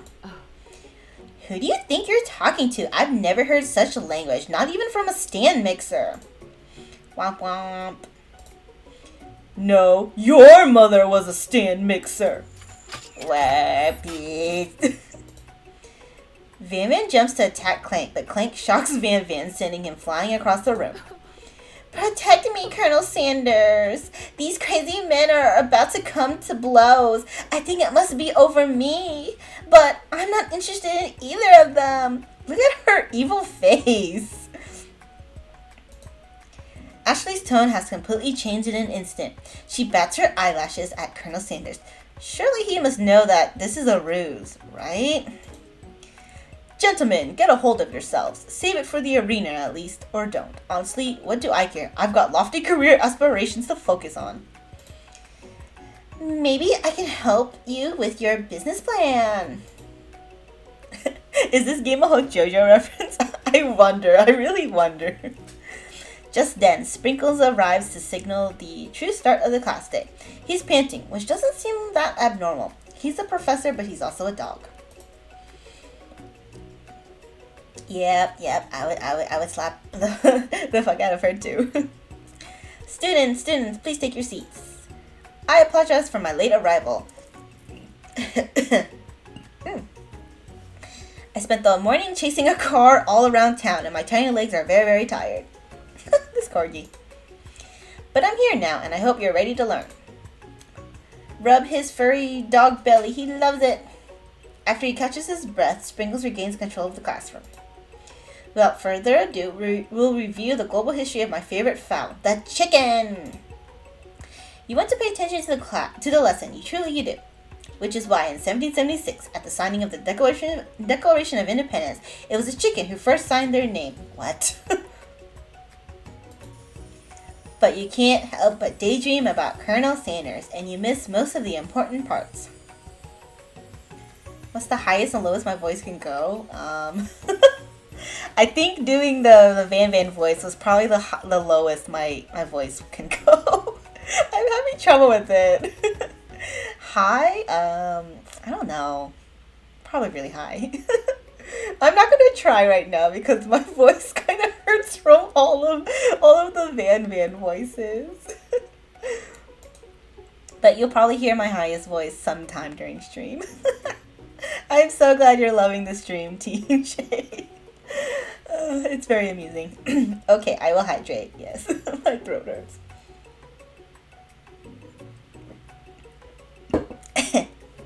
Okay. When you come to, Sprinkles is holding a tray of food in front of you. Well, Yukari? Naturally, this appears to you to be a sample platter. Which item do you want to sample? What? A glass of water, a shimmering pepper, a dog biscuit? What? That's some weird choices. Well, I'm not gonna eat the dog biscuit, but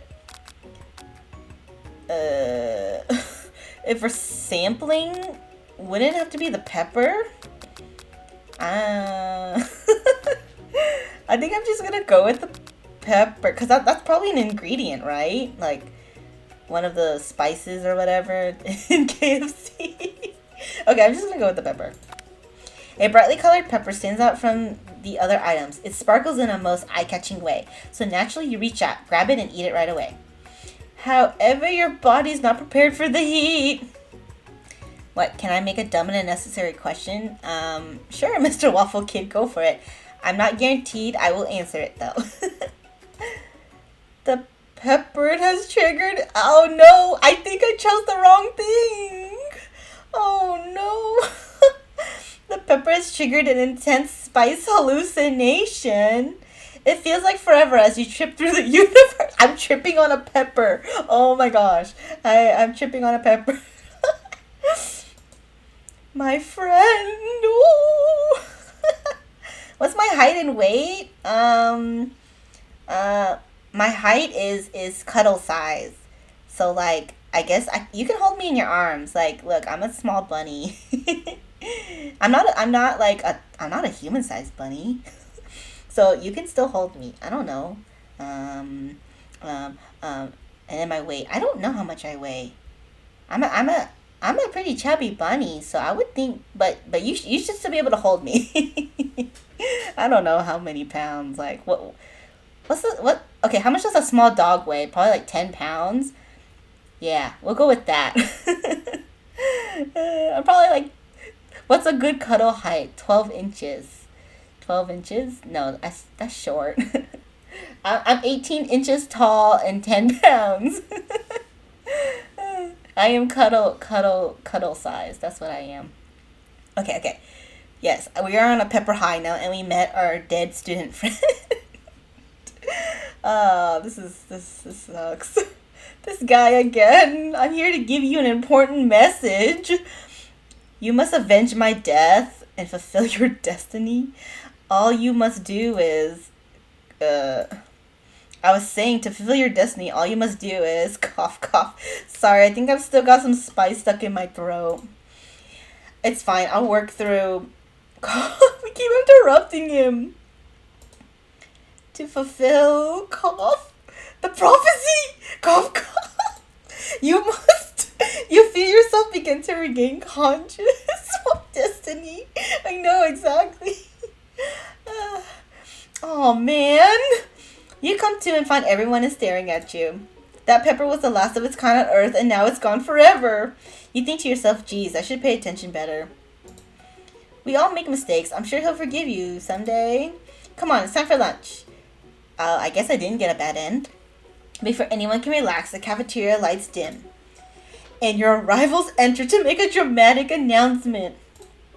Today's lunch will be prepared via timed competitive cook-off. The level of theatrics with these two is off the charts. Demand that they stop wasting everyone's time, step up and tell them you're on. Yeah, at least I didn't die from the pepper high.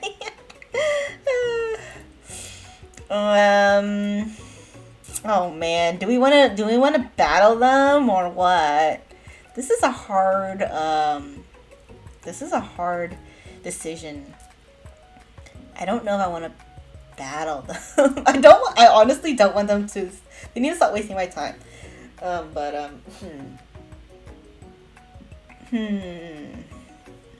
Okay, what do y'all think? I can't decide. Y'all need to help me. I'm gonna take a drink in the meantime. Okay. Yeah, I'm kind of thinking, okay, let's just do one. Is everything a competition with you two? Yes. Yes? Well, not with me. I'm on a personal journey to learn to love. To learn to love? Sure, why not? But definitely not to constantly battle. Yeah, stop getting your genres crossed. Don't you have some portable monsters to capture or something? I need to eat if I'm going to have the energy to sustain my education and pursue my dreams of being a master chef. How are any of us supposed to get anywhere if we're constantly fending off challenges from every know-it-all with an apron? Besides, I already brought my own lunch. Yukari, you should have it. It will give you the energy you need to succeed. Miriam reaches out and presents a gift to you. My special grilled cheese and tomato soup with chocolate milk to wash it down and a tartlet for dessert. Oh, look how small her food is. So tiny. I'm still gonna be so hungry after eating this. Well, it's a thought that counts. It only takes you about 5 seconds to eat Miriam's tiny food, but it's just what you needed for motivation. You know what? I've learned enough for today. Let's battle. What? We're still battling? No. Oh. Just as things reach a boiling point, Sprinkle steps in. Surely he'll put a stop to this madness. Now, students, please settle down. This is a lunchroom, not a sporting court. Finally, a little sense. You breathe a sigh of relief. At least not until we turn on the timer. Oh my gosh, the teacher is freaking... Oh my gosh. He's encouraging this. Just then, a huge light blasts you in the face, flashing the words, timer ready. Oh no. That's what I'm talking about. Ow! I stand corrected. If it's a battle you want, it's a battle you'll get. My bestie can best the best of them. Best believe it. Like a diamond, I was formed under pressure, and now is my chance to shine. She has like a battle axe. I will defeat you myself. You had his chicken, and you made mashed potatoes and gravy on day 1, and you're feeling like you can really impress him again here. It's time to boil some water for the potatoes. Think fast. If the timer runs down, you'll be forced to pick randomly. What temperature does water boil at? Oh shit. I don't know. Oh, yeah.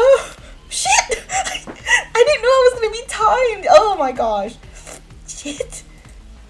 What were you thinking? Get your head in the game. You're going to need to season this chicken before you cook it. You don't know Colonel Sanders' recipe exactly, but you have an idea. How many herbs and spices? Oh, he said 11. I remember that. Okay. You might not know all the ingredients, but at least you're heading in the right direction. Okay. Okay, next question. I gotta be ready. Tail wagging intensifies? Now that you've got some basic steps going, it's time to elevate your craft. What state of mind offers the most flavor? What? Trust? No! I keep getting things wrong. I'm begging you to get it together. Get it? I'm a dog. It's never the wrong time for some dog jokes. This dog. Oh my gosh, I'm gonna fail. I already got 2 out of 3 wrong. Your classmates are rooting for you, but actually is simply stronger and faster than you. You'd better pick up the pace if you want to survive. When you were a child, your father told you to never forget where you came from. Every day, you meditate on his advice and draw energy from that place. Oh my gosh. Where does it come from? I don't know. Just chose a random answer. It is going too fast to decide. I can barely read the question. What? You try to shut out the noise of the arena and focus on your cooking. What is the sound of success? Sizzling. No, I'm wrong. I keep getting things wrong. Don't make me get the spray bottle. Is this the end? Yeah. Game over. No. I got all the questions wrong. Oh, this is a hard dating sim game. Oh my gosh. Okay, we gotta try again. I only know like 2 answers. Okay. Okay, let's just try again. Oh my gosh. This game is ridiculous.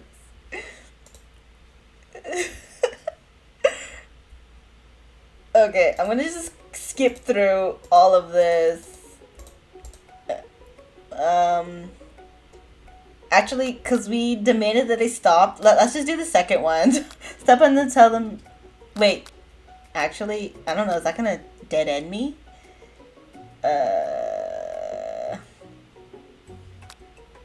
Okay, I'm gonna just go for it. A bit of a lunchtime competition, eh? Count me in. If I have to wipe the tables with you fools before I set my lunch down on it, then so be it. I'm not the fool. You're the fool. Good one, Van Van. Oh, hey. I chose the right answer. Good one, Van Van. I like your gumption. Yukari. I'll be watching your performance. Just as things reach a boiling point, Sprinkle steps in. Okay, so now this is the same stuff. Blah, blah, blah. Timer. I don't like this timer. I'm not good under pressure. Okay, well now Sanders is watching me, so I have to do better. Oh, the hard way builds solidly a foundation of confidence that cannot be swept away. And that's an original quote by me, in case anyone was wondering. I hope its message lifts you to victory. Like a diamond, I was formed under pressure, and now's my chance to shine. I will defeat you myself. Okay, well, let's hope I choose the right answers this time. Wait, what is the boiling water point one? Because I don't know that answer. It was like 100 seconds, 100 degrees Celsius, 100 degrees Fahrenheit. Can someone Google it for me? Okay, because that's the first question, and I really don't know that answer. Okay, is it 100 degrees Fahrenheit? Okay. Let's do this. We can win this time, guys. Think fast. Okay, ready? Okay, 100 degrees. That's wrong! What?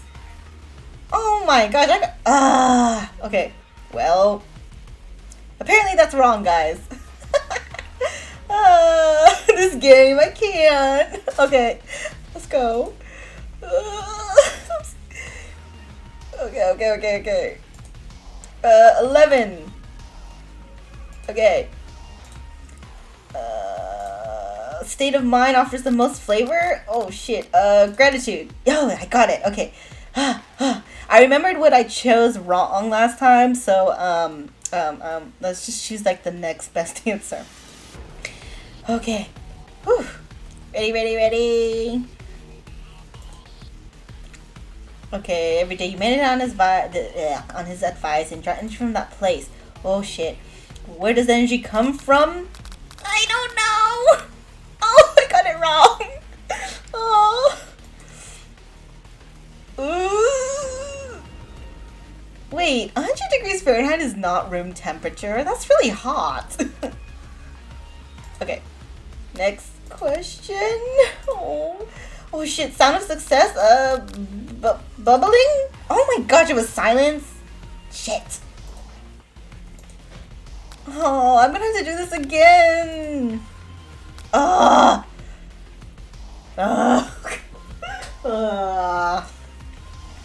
so sad.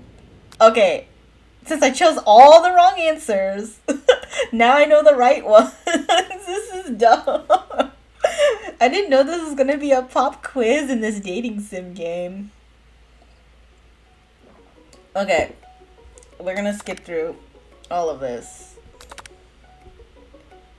Wait, what? Okay. Tell them you're on. Okay, it's Colonel Sanders here. Whew, okay. I can't believe I got all the wrong answers twice. Okay, let's go. Now I know the right answers. Let's go. Yep. Okay, apparently this is not a... What? Wait, none of the answers are right then. Maybe... Oh shit, maybe it was 100 degrees Celsius. Crap. I'm gonna be so mad if I have to do this again. Vigilance? Wait a minute. I'm so confused. I swear I'm choosing the ones I'm totally blowing through this. It's gratitude? I chose that last time, but... Wait, maybe... Oh my god. I swear I'm choosing answers that I didn't choose last time. I'm so confused. Damn, I'm doing worse. Oh my god. Okay, you know what? I will eventually get through this. Oh my god. I will eventually get through these. I'm so mad. I got this wrong 3 times. Okay, so it's 100 degrees Celsius. Okay, got it. Winner gets to rub my furry belly. You're going to need to season the chicken before you cook it. 11. Okay. Okay, the next one is like is it gratitude? Oh, gratitude. Oh, nice. Okay. Oof. A small town where big dreams are born. Okay, I'm doing better. Woo. Sound of success. Silence. Yes. Okay, I'm getting everything right. You notice Colonel Sanders out of the corner of your eye. I believe in you. He's actually cheering you on. Which would be awesome, except knowing he's watching you makes you totally forget what you were doing. Now all you could think about is Colonel Sanders. Oh my gosh, he's gonna make us lose. How many spoonfuls of gravy will it take to fill a tradition? What? I couldn't even read the question. Oh my gosh.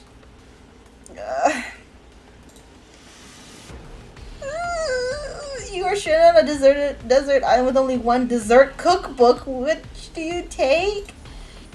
What a hunk! Wait, I'm not even paying attention. I know, right? You know what? Shouldn't you be focused on the challenge? You're falling behind. Sorry. Oh, shit. Oh, what the They're doing this on purpose. No. I'm gonna lose. You're really struggling to keep up. At the next station over, Ashley has already begun plating elements of her dish. Oh, I'm losing because of the Colonel. To make a time, you toss your biscuit dough into a stand mixer. As you do, the crowd gasps. Hey, yikes! I know you love nothing more than seeing a fellow appliance utilized in a kitchen battle, but sometimes that means sacrificing the personal touch. You might not have any hands, but Yukari does, and a good chef needs to be touching the dough to know when it's mixed properly. There's an easy way and a hard way. You don't get far by going the easy way. When you hear everyone talking, you realize how serious your error was. You immediately shove your hand into the mixer to rescue your dough before it's overmixed. Wait, why would she shove her hand into the mixer? Oh my god, am I getting my hand chopped off? You gotta be kidding me. But you're not fast enough and your hand gets stuck. It's immediately crushed by the quickly spinning beaters. There's no way you'll be able to use that hand for the rest of the match. Colonel Sanders shakes his head in shame. But it's his fault. What you often find is that the easy way can turn out much, much more difficult. Everyone, stop what you're doing right now. This battle is over. It can't be. I was so close to finishing my dish. Sweetheart, look at your hand. You simply can't go on. Aw, that's too bad. And here I am with a completed dish ready to serve. Surely that makes me the winner by default. No, it wouldn't be fair to compare the two on account of Yukari's injury. You see sprinkles begin to begins to lick his doggy chops as he locks onto the dish. Do I really like KFC? I do like KFC. It's really yummy. But I suppose you should at least tell us what you prepared? Well, because I'm the sweetest, I skipped straight to dessert. Under this white chocolate dome, you'll find a wide array of delights, taking you on a journey of flavor that tastes good and tells a story of excellence. Oh, that does look good. Like, look at that yummy dessert. I was going to ask you, Kari, to do the honor, but since you're injured, I'm afraid that pouring this creamer of delicate hot chocolate sauce might be too difficult. Colonel Sanders, if you wouldn't mind lending me a strong, steady hand. Colonel Sanders pours the hot chocolate sauce on top of the dome, causing it to melt away, revealing the ingredients hidden within. Inside, you'll find a delicate fried cheese croquet, atop a slice of honeycomb, ice cream two ways, tender nougat, and pearls of blueberry jelly. Oh my god. That's quite a dessert. Colonel Sanders seems intrigued, but perhaps not impressed as he dips his finger in the chocolate sauce. Simplicity isn't your strong suit, is it, Ashley? Oh, he's a man of simplicity. So her crazy, complicated dessert is not interesting him. Nice. Oh, you! As he places a sauce-covered finger into his lips, Ashley leans over and whispers something into his ear. A dab of sauce sticks to his mustache. Internalize the rage you feel. Put yourself between Colonel Sanders and Ashley. It does look good. Oh gosh. I don't know which to choose. Should we keep it in or should we say something? Well, keeping it in is usually not good, so let's just put ourselves between. You reach out with your apron to wipe the sauce off his glistening face. Oh. Shove her aside. Colonel Sanders recoils and brushes you back. This goatee isn't just a fashion statement, it's also functional. I was saving that flavor for later. What? He's mad? What? You gotta be kidding me. I got gamed over because I wiped a chocolate sauce off his mustache? Oh, you gotta be kidding. Oh, I pissed him off. Fine. Do I have to go through all that again? This game is torture now. Oh my gosh, I have to do all those questions again. Yeah, Ashley is thick. Like, look at them, like, thighs. This game is not being fair. I'm getting tired of this. I've done this scene like 5 times already.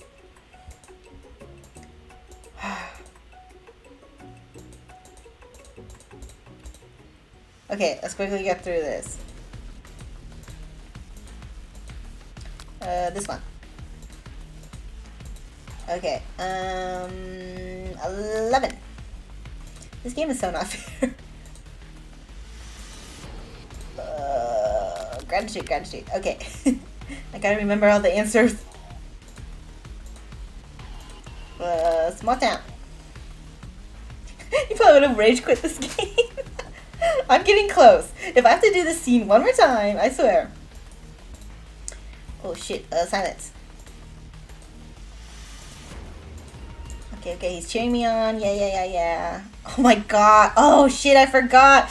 I'm doing good. And oh shit, I don't know. Now it's just like,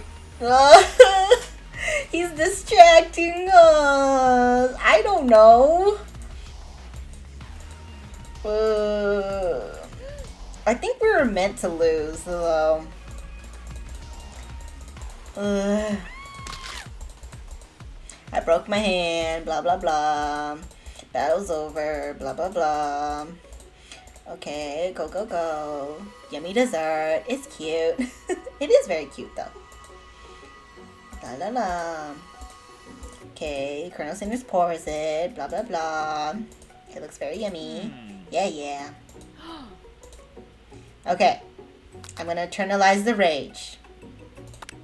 Your rage burns so intensely within your eyes that they burst into flames.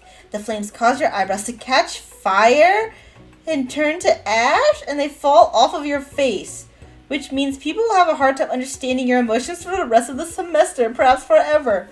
I am so confused at what's happening in this game. Have I ever raised my own food? No, unfortunately not. I don't have enough space for that. I would love to own chickens though. Chickens are so cute. Embarrassed and ashamed by your poor performance, not to mention your crispy fried brow, you run for the quad to be alone.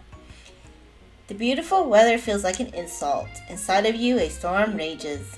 So apparently I got so mad, my eyebrows burst into flames. Okay. It's Colonel Sanders. He's probably here to tell you that he and Ashley are in love and have decided to get married. And he won't even ask you to cater his wedding because you're a terrible chef and an awful person. You try to hide from him, but he approaches you directly. I know you're hurting right now. Not just from the devastating loss, but from that run-in with the mixer and that small fire. We should get that checked out. I'm fine. Can't you just leave me alone? I'm a loser. I'm not fit to fill your fryer. I'll never be a master chef. Failure is a part of life, not just for you, but for all of us. Do you think I've never failed at anything before? That's exactly what I think. Well, then think again. I wasn't always the man you see before you. Enrolled in culinary school, incredibly handsome, successful, motivated. Well, handsome, sure. I was born that way. Okay. But I've walked other paths and arrived at dead ends. I was passionate about life, but I failed as an obstetrician. I was passionate about justice, but I failed as a lawyer. I was passionate about livestock, but I even failed as a mule handler. That one was especially humiliating. Mules can be so cruel. I didn't know. I bet these are real facts about the real Colonel Sanders. People see my delicate ribbon tie and my well-kept beard and assume that I've got it all together, which is true now, but it hasn't always been. Sounds like this guy could really use a hug.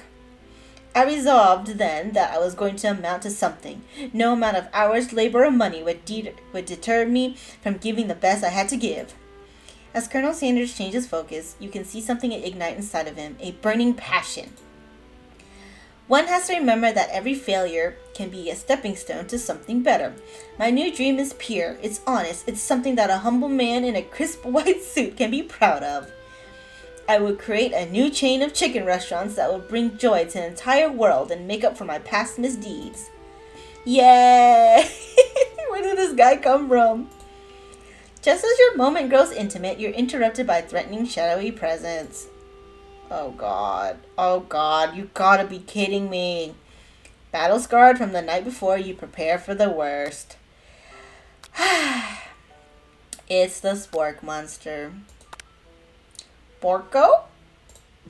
It is I. I know I said I wouldn't be back, and after the whole fight to the death thing, maybe you don't really want to see me anymore, but I just wanted to say that I was wrong to attack you and apologize. Aww. I know what it's like having to always look over your shoulder. Aww, the monster came and apologized. He's crying. Monster problems, am I right? Aw, thanks, Borko. I'm glad there are no hard feelings. Getting jumped by a giant creature in the dark of night can really rile a person up. I also want to apologize for the way I switched right into attack mode. I know that you're strong, and cooking school can put a person under a lot of stress. Ashley used to go to this school. I wasn't always a spork monster, you see. I don't believe it. You were human once? Well, no. I was a golden retriever! But I was still a student until one day some mean kids with a magic spell book cast a dark enchantment on me and I was forever transformed. Oh, Spork Monster used to be a golden retriever. A magic spell book. Precisely, I had procured a copy for myself, but somewhere along the way I've lost it. If you find such a book, I beg of you, respect it. I know, he's being nice now. You're a powerful chef, and you shouldn't rely on such dark and evil magic. No, you should be protecting the innocent from those who would cheat them through sorcery and guile. If you need me, don't fear, I will be there. It sounds like there are some bad cooks in the kitchen of life. Yukari, together, I am sure we can defeat them. Come back to my hideaway and we can discuss? Oh, he's inviting us to his room. A personal invite! You can't imagine what Colonel Sanders' home must be like, but it sounds like you're about to find out. Stepping inside Sanders' home, surrounded by his things, you start to feel a special bond with him. Oh, damn, he lives in a nice place. It looks like you live such an exciting life, Colonel Sanders. Every day can be an adventure if you approach it with the right attitude. Long ago, I made the decision to never stop searching, never stop working, never stop imagining. Have you been working on any new recipes of your own lately? I'm always excited to talk about food with other ambitious chefs. Well, there is something. It's just a side dish that I've been tinkering with, trying to find the right balance of flavors and textures. Yeah, chicka chicka bow wow. I'm not sure I've nailed it yet, but I'm close. Colonel Sanders' eyes perk up as he starts to wonder what dish you might be describing. It's meant to pair with something spicy or something crispy. Both, perhaps? Now you've got him right where you want him. Should you reveal your new creation to him or keep it a secret just for you? We're going to reveal it. Reveal it. I hope this is right. This game is ridiculous. You decide that you're ready as you'll ever be to share your original cooking with Colonel Sanders. Before you can talk yourself out of it, you decide to dive in head first. You reach into your lunch bag for a special dish that you've been keeping on ice all day. I present to you my original coleslaw. The shredded cabbage dish glistens in the light of Colonel Sanders' luxe hideaway. Magnificent!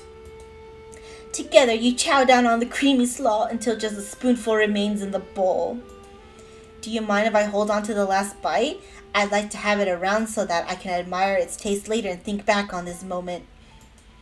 You could offer to make him more, but he seems like a very sentimental kind of guy. We shared coleslaw, guys! Oh, by the way, I think coleslaw is disgusting. Sure, why not? Please make yourself comfortable. I'll be back in just a moment. You realize that now would be the perfect time to do some snooping. Around the room are various items that you can look closer at. Each item seems to radiate memories and emotions. Tap on an item to discover more about the Colonel. Oh, okay. Chicken? You notice a very realistic stuffed chicken sitting on a corner table. When you pick it up, you realize it isn't just realistic, it's real. Taxidermy? Must have been important to Colonel Sanders when it was alive.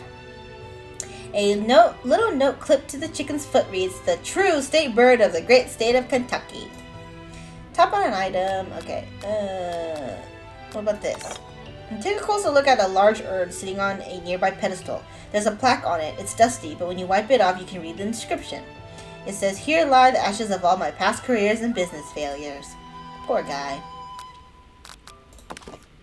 The photo appears to be Colonel Sanders, except he's an old man visiting the pyramids of Egypt. Okay. Maybe this is where he discovered one of his secret herbs and spices? The door just opened? Should I go to the door? Or should I continue snooping?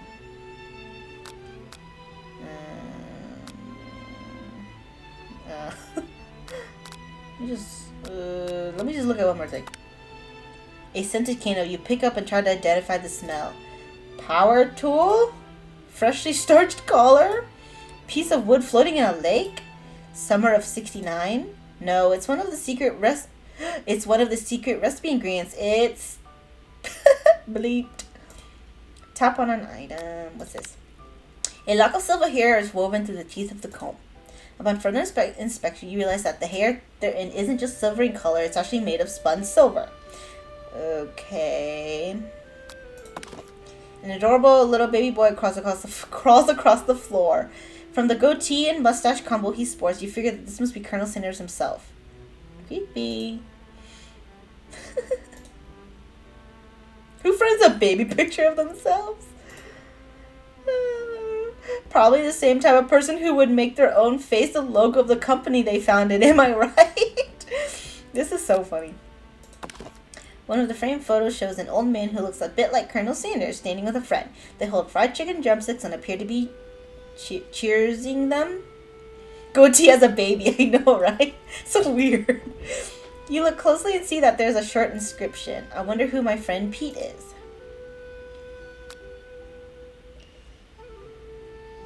Yeah, the recipe's longer now. I think we discovered another secret ingredient. This must be where he keeps the secret recipe. You think for a moment. What number is important to Colonel Sanders? Then it dawns on you. As soon as you turn the dial to 111111, the safe opens. Inside it, you find a single note. Can chicken be prepared sashimi style? Are you kidding? No. What? What? The answer to that is no. If y'all eat raw chicken, you're gonna die. You gaze out the window across the vast lake and mountain range beyond. Just then oh my god, the ghost of student pops up. Are you thinking about heading out into the world on a quest to avenge my death? Wait, what? I never even learned your name. Why would I avenge you? I could just tell you my name right now. Can't you see I'm in the middle of something? You open the window at crack and the ghost of student is swept out in a breeze. Okay, well that's it. So I'm gonna go to the door. You open the door to Colonel Sanders' closet and find a row of his signature white suits hanging within. You take one off its hanger and try it on. The jacket is a bit big for you, but it's soft and comfortable. You give yourself a deep hug, breathing in his scent. They say that home is where the heart is. Is this what they meant? That's creepy. The dude comes back and you're trying on his clothes. Before you can look any further, you hear Colonel Sanders returning. He has a new dish that he has been working on, and he wants you to taste it. You try to act casual until he asks you why you're wearing his jacket. Aww. I don't usually loan those out, but I must say, it does look good on you. Oh crap, the jacket! You forgot to take it off. You decide that now is your moment and make a big move. You tell him you're cold. You fess up and tell the truth. Oh, I don't know. Honestly, my first thought would be to tell him that I'm cold. I think it's too soon to make a move. Like, I would think we'd make it to the 3rd day. I don't know. I don't know. Okay, let's just... okay, I'm gonna... You want me to fess up? Oh, tell him I'm cold? Okay, I think fessing up and telling the truth is kind of creepy. I'm just gonna tell him I'm cold. I'm so sorry, I didn't mean to intrude. I just got a little cold and thought this might warm me up. Colonel Sanders smiles and scoots close to the fireplace. It's warm by the fire. Why don't you come a little closer? Ooh, is he gonna warm me up with his body? Suddenly, everything feels like it's moving too fast. Final exams are tomorrow. You should be thinking about what you're going to cook. I should be home studying. Are you kidding? This girl, like, seriously.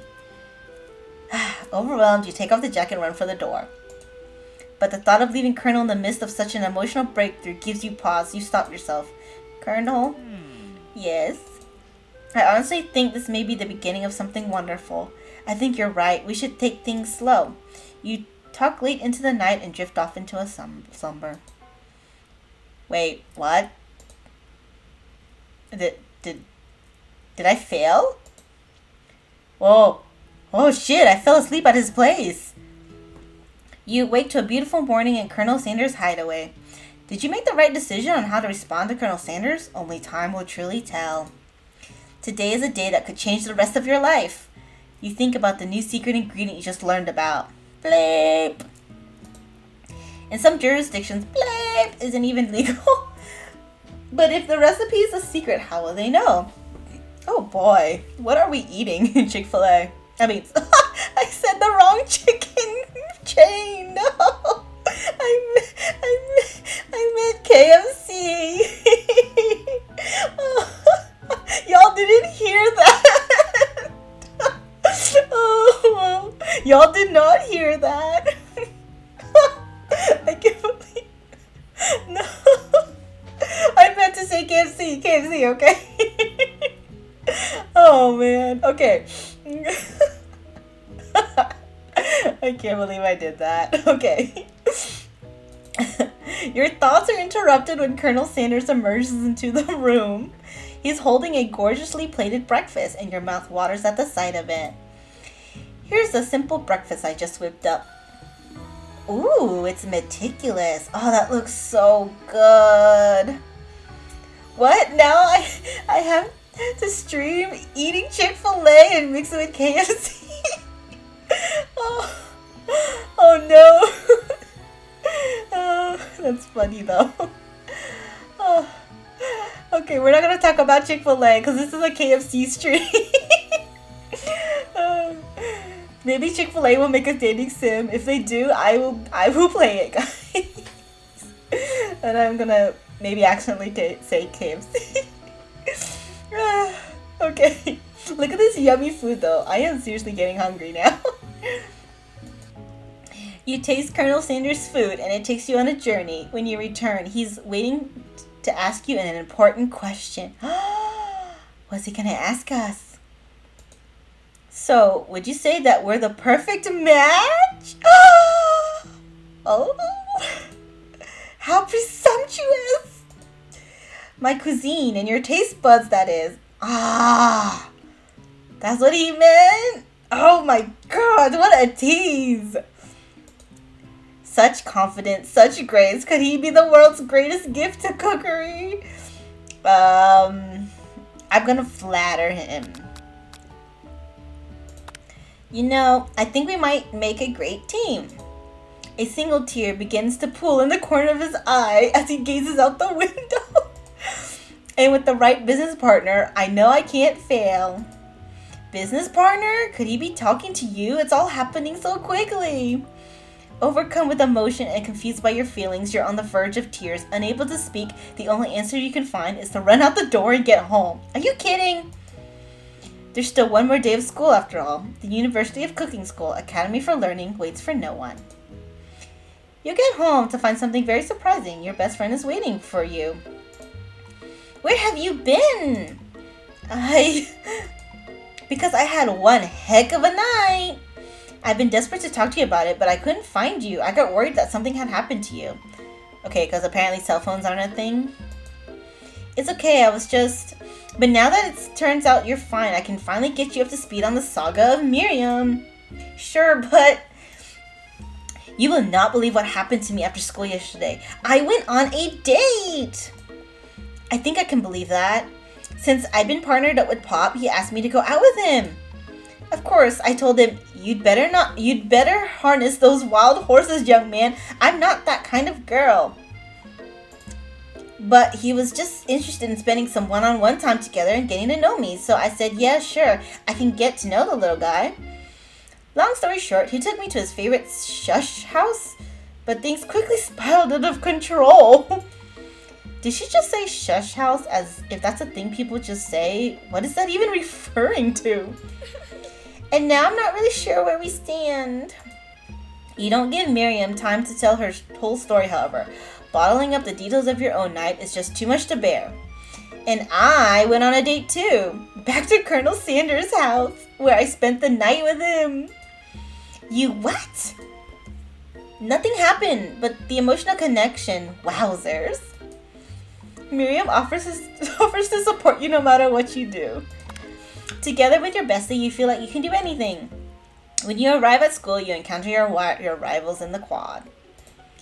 You can tell from a distance that they're picking on Pop, though he himself might not quite grasp that fact. Because, you know, he's Pop. What's a swirly? It sounds delicious. Oh, it's great. I'll order you up one right away. I'll have my swirly with sprinkles, please. Sprinkles is a dog and a treat. You can get your swirly dips too. Why don't you pick on someone your own size? Because I'm literally the biggest person at this school. There is that horse that Colonel Sanders rides to school, but who would dare pick on such a gentle and beautiful creature? You've got some nerve, you guys, suggesting I pick on a defenseless horse. Wow, they really turned that, like, around really weirdly. Now you're twisting my words, and I won't have it. You clench your fist, but the injury from yesterday's mixer accident makes you wince in pain. Doesn't look like you can go on cooking like that. Might as well just give up. Look at her. She's thick. She's a thick rival. But her design is actually really cute. I love it. I'll never give up. Ever. Colonel Sanders arrives just as it appears things are close to boiling over. A naturally intuitive person, he senses that something has been going on. Is everyone excited for the final day of school? Yukari, how's that hand feeling? I'm sure you'll be back in fighting form by this afternoon. We're on the last day of our 3-day semester. Aren't you concerned about my hands, Colonel? Yesterday I almost broke a nail winning so hard. Technically, I don't believe a winner was decided, but your presentation was quite impressive. What is he doing complimenting her? But what about the flavor of my delicate, warm, gooey chocolate sauce? Yeah, she's cute if only she didn't have a nasty mouth. I agree totally. Because, like, she's super adorable. But, damn. It was clear that you're passionate about how your food is received. That's a lot of words to say. It was bland. Excuse me, Yukari. I am more than capable enough to speak for myself. Maybe you could tell me more of your thoughts as we walk into class, Colonel? I'm always interested in discussing the fine art of fine foods. See you inside, Yukari. Annoyed by Colonel Sanders' inability to see Ashley for who you know she really is, you walk across the quad to get some distance. In an attempt to distract yourself from how slighted you feel by that interaction with Ashley, you take out the spell book you recovered yesterday and start flipping through the pages. Whoa! What's that book? It looks like bad news. It's just something I found lying around. It would appear to be some sort of grimoire, but I don't really believe in that magic stuff. A grimoire? Like a book of spells? I don't know. Who would spend so much time decorating a magic book if it weren't really powerful? I can think of one surefire way to find out. You open to a page covered with arcane warnings. Cast only in case of extreme emergency. It says around the edges of the page. I could use this spell here that says it will erase anyone I choose from all of my memories. If I scrub out Colonel Sanders, it would probably help me focus better on the upcoming final exam. That is way drastic. Couldn't you do something else, like anything else? Not rooted in dark magic? Maybe tie a string around your finger? Okay, fine. It is drastic, but desperate times call for desperate measures. You've got a memory-erasing spell sitting right in front of you and a pretty good excuse to try it out. Oh my gosh, this is a hard decision. Oh man. I don't see the point in forgetting about him though, just to win the exam. I mean, if I forget about him, all of our nice moments go to waste. But then this game is so weird that, like, if I don't do it, I'm gonna lose. I don't know. This is a hard decision.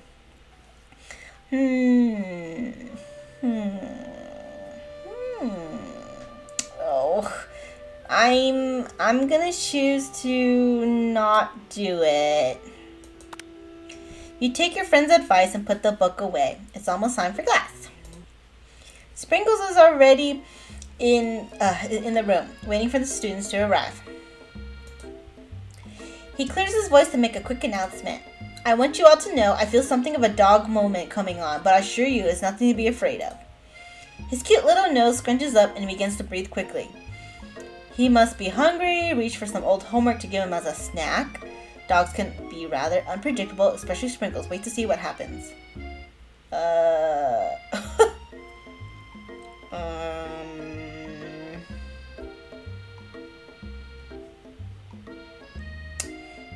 Okay, so he's scrunching up his nose and begins to breathe quickly. I'm not gonna feed him paper. So let's just see what happens.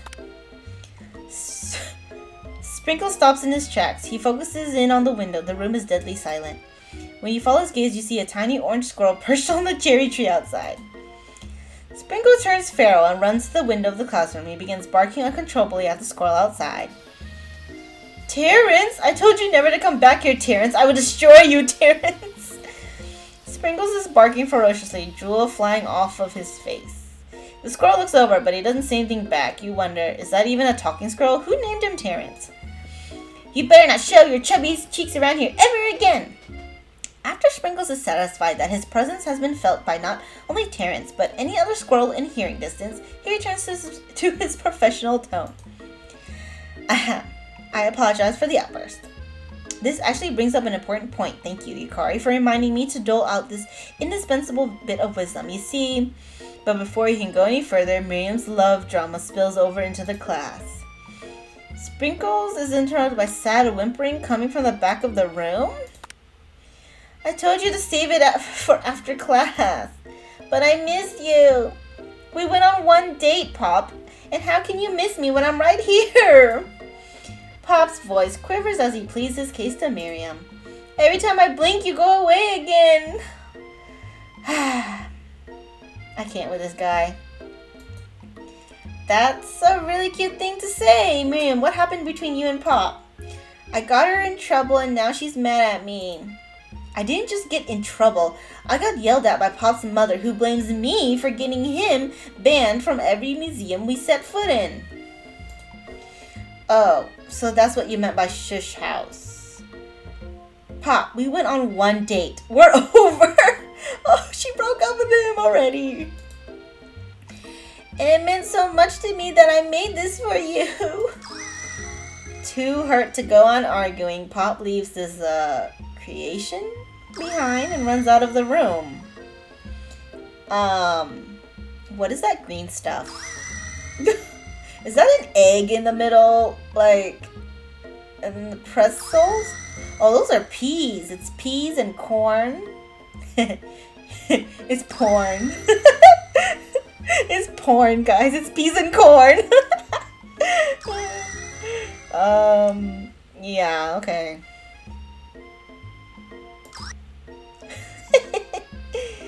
Nothing like a loud public breakup to cast a pall over the final day of school. Well, that was unfortunate, but we mustn't be distracted from what lies ahead. The final competition showdown challenge exam trademark. I'm still working on the title, but I think you get it. Test time approaches. See you all in the arena. But before you can think about your upcoming competition, there's a very beautiful soul nearby in need of a pep talk. Hey Miriam, are you okay? Okay, I'm so mad I could smash a tiny mug, spilling several droplets of hot cocoa all over the floor. How could he embarrass me in class like that in front of everyone? Her tiny cocoa is a delicious treasure, so you know that this breakup is no joke, even if the source of her frustration is such a silly boy. I know that you know this, but I'm gonna say it out loud. You don't need anyone. Me and you, we're gonna cruise through this final test and hit the carpool lane to Success City. Miriam brightens up, imagining the wind rushing through her short bangs, but she hesitates to embrace the feeling all the way. You're not going to saddle up on Colonel Sanders' stallion and ride off into the sunset without me? Of course not. Well, maybe sorta, but I'm sure there's a pony out there with your name on it and a ranch big enough for both of us and whoever else we want to bring along. If it's not Pop or Clank or anyone else you meet today, tomorrow, or this whole year, so what? You're a special person who shouldn't settle for the first someone to show a little interest anyhow. Miriam gives you a big hug and wipes the tears from her cheeks. I should really review my menu for today. I'm going to make a very special soup. And I bet that Professor Dog is gonna love it up. While you were pep talking Miriam, you completely missed lunch, but that's okay because you had a better idea of how to spend the time before your exam. You've decided to head to the arena early to practice a dish. This is it, the location of your final challenge, a test of will, a test of courage, a test of talent, and a chance to beat the pants off of Van Van, the supposed man-man, and his eviler counterpart, Ashley. As planned, you begin to run through a quick test of a recipe you've been working on. Yukari's famous chicken pot pie. After practicing for months, making this dish comes second nature to you, and you're able to quickly get a fresh pot pie in the oven. But as soon as you do, your crayon session is interrupted by Colonel Sanders and his flying cherry blossom. Oh boy, guys, is this the moment? Is this gonna be it? Yukari, what are you doing here? There's still time before the final exam. Oh, just taking it all in. I'm big into visualizing success. I'm looking at my station and picturing victory. The pot pie has begun to bake and the smell is slowly filling the space around you. I have to admit, KFC pot pie is very, very yummy. Visualizing, huh? That's too bad. I was hoping you were here cooking something delicious. You'd usually happily share your food with anyone who is hungry, but the last time you let Colonel Sanders get in your head, it cost you a cook-off. You decide that it's time to put your cooking above your romantic desires, but that decision gets hard to stick to when the oven timer goes off behind you. I am not going to ignore it. It's gonna burn my pot pie. Fess up about my practice dish. Okay, you got me. I'm doing a little bit more than visualizing. I know, my nose can smell a pot pie from 400 yards. What a talent. That's an oddly specific distance, but you'd expect nothing less from such an oddly specific man. You knew it was a pot pie just from the smell? Not just a pot pie, but a chicken pot pie with an all-butter crust. And my nose is telling me something else. Oh no, is it burning? No, I can smell that it was made with a heaping helping of TLC. Tender love and care. But it'll probably start burning any second if you don't pull it out. The moment of truth. Wow. Ooh, that looks so good. I'm really gonna get KFC after this, guys. I didn't eat yet either, so I'm gonna get KFC now. Thanks, KFC dating sim game. It's the best pot pie I've ever tasted. I've always loved country cooking and I could eat this all day. There's no time left. The final showdown is about to begin. Sprinkles lays down the ground rules. There are no rules, that is, except to cook with everything you've got. You step up for the cook-off of a lifetime. Here we go, guys. Here we go. You decide that mac and cheese plus the pot pie you've been practicing are just the dishes that'll push you over the edge to victory. She's making mac and cheese. That's like one of my favorite side dishes. Meanwhile, both Van Van and Ashley are preparing wildly elaborate dishes per their usual over-the-top selves. Miriam has her giant magnifying glass and several sets of tweezers. She's definitely preparing to go big, going small. Colonel Sanders seems to be harnessing his 11 herbs and spices, but he's trying to find a way to improve on something perfect, his original recipe, fried chicken. The intensity in the room starts at a full 10 out of 10 with a frenzy of action.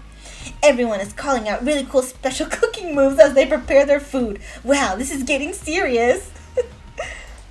Colonel Sanders batters his chicken as it levitates through the air. What? Egg wash? This is so silly. Miriam fiercely injects ingredients into an itty-bitty pot of broth. Best friend, bastard blaster.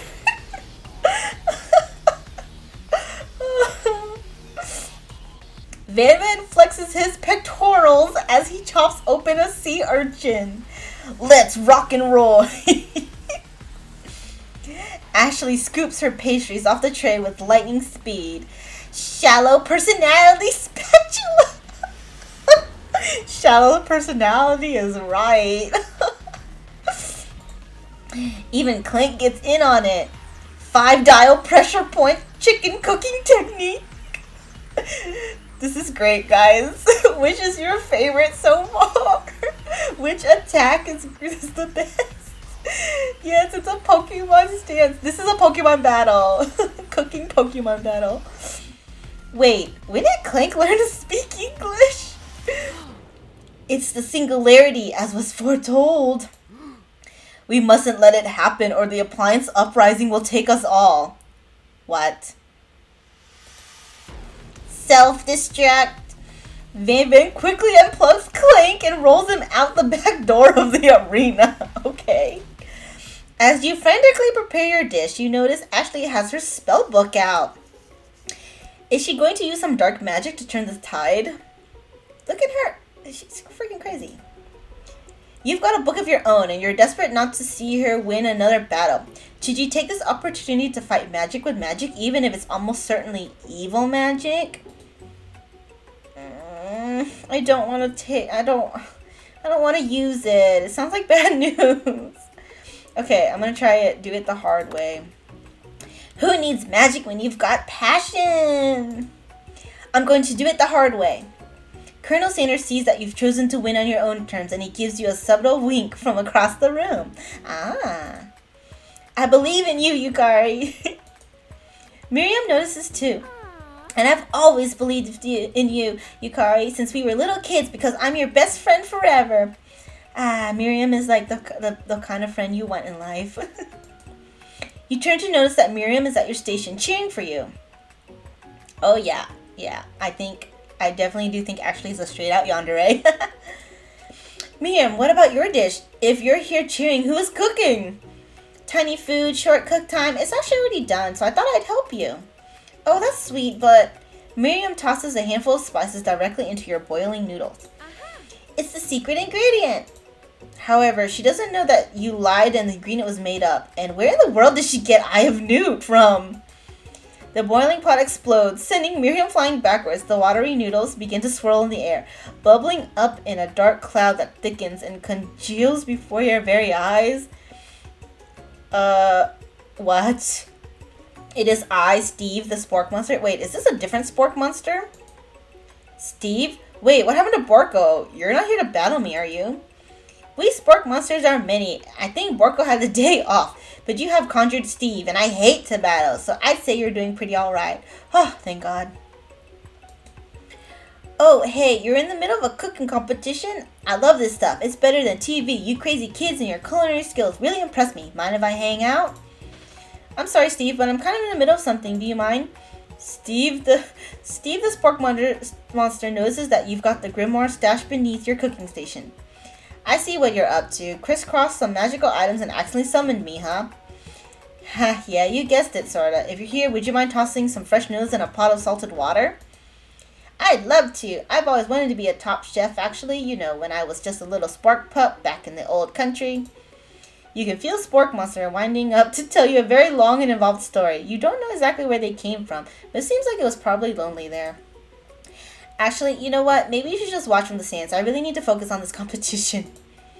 I understand. It's kind of like that time in monster school that I had fallen asleep during scare tactics class, and when I woke up, he tossed a serious stare at Steve and he takes the hint. Never mind, I'll tell you later. Good luck. Having suffered this huge setback, you don't know how you could ever win. What? Give up and drop out of culinary school? You summon extra power from deep within yourself. I think that's probably the best thing. I can do this. I have what it takes. I came here to win.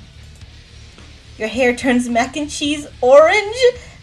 Oh my gosh, here it goes. Oh my gosh. Is this really happening? Oh no. Who called it? Someone called it. Someone in chat called it. We're going Super Saiyan.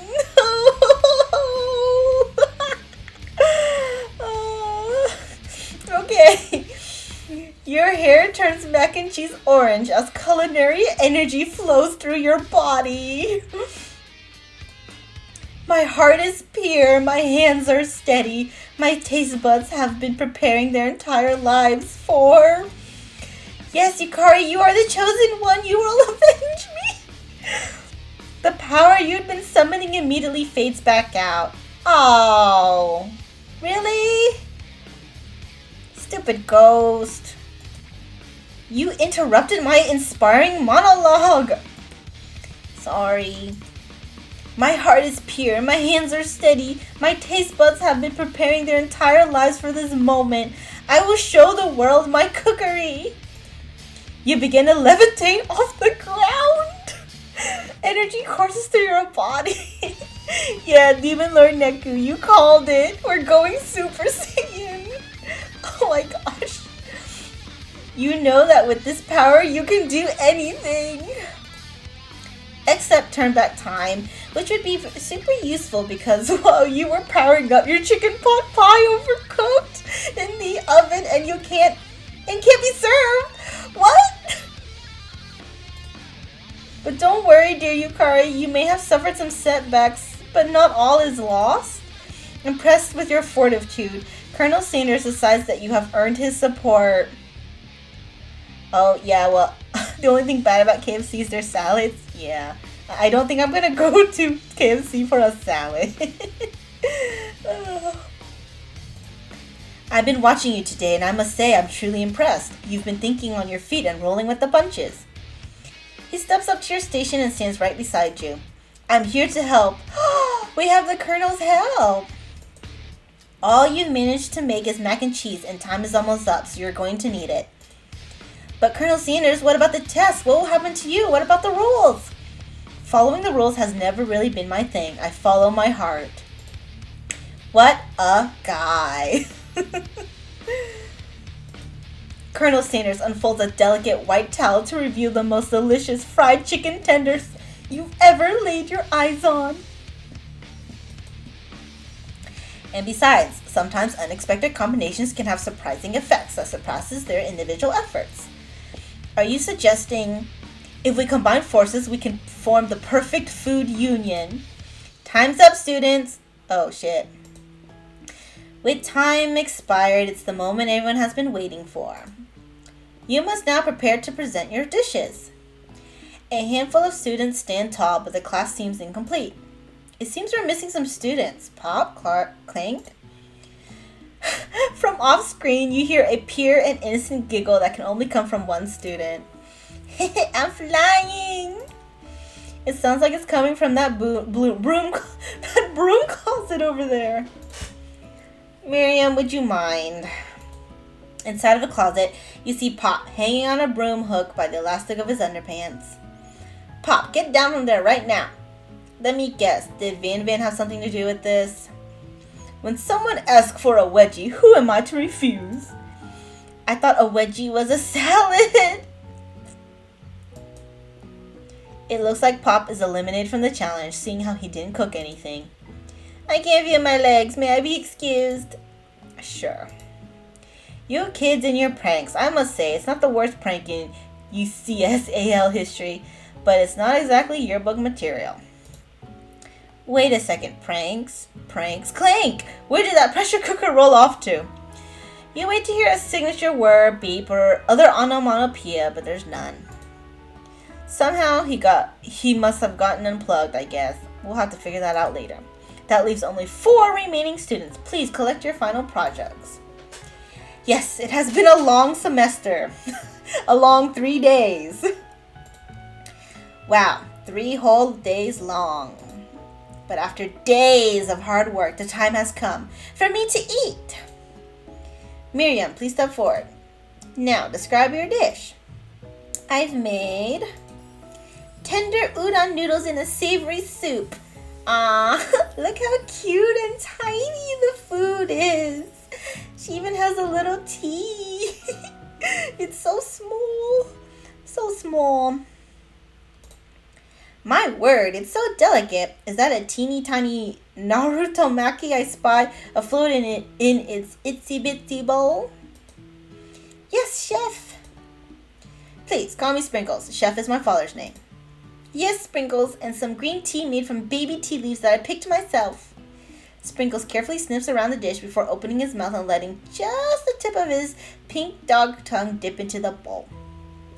This whole game makes you hungry for McDonald's? Okay, are you gonna go get some chicken nuggies? Sublime. Would anyone else like a taste? Oh, come on. I'm not one of those dogs who doesn't floss. I even have a really cute electric toothbrush for dogs. Fine, I'll enjoy it all myself. In a flash, the entire meal has been devoured. Not that it took much. It was less than a thimble's worth of soup. A+. Rarely do I taste a dish with as much love poured into it as yours. What? Naruto Sasuke? Miriam is overjoyed. She gives you a huge hug. Thank you, Yukari, for helping me to believe in myself. Van, you're up. Now, describe your dish. I made uni over smooth egg custard in an axe-hewn urchin shell topped with caviar. Oh wow, that sounds expensive. Did you skewer one type of urchin with spines from a second different colored type of urchin? You're eating Chinese food, Naku? Okay. Yes, Sprinkles. A bit much, don't you think? That's exactly why I did it. A bit much is kind of my brand. Doesn't it look cool? I don't think KFC's making ramen. Sprinkles leans in to sniff the uni, but he can't get his nose close on account of all the spikes. He begins to paw at it erratically, causing the custard to slosh around. Woof woof! Please be gentle with my cuisine. Yeah, urchin does taste kind of interesting. It's not really my thing. It's a little, I feel, too fancy for me. If you've never tried sea urchin, or uni as it's called, you're not missing out on much. It's very expensive too. Grr. Finally, Sprinkles goes all in, tongue first, but he can't get past all the needles. He reels back as his tongue is poked and prodded. Youch, my tongue! The professor appears to be having an allergic reaction to the sting.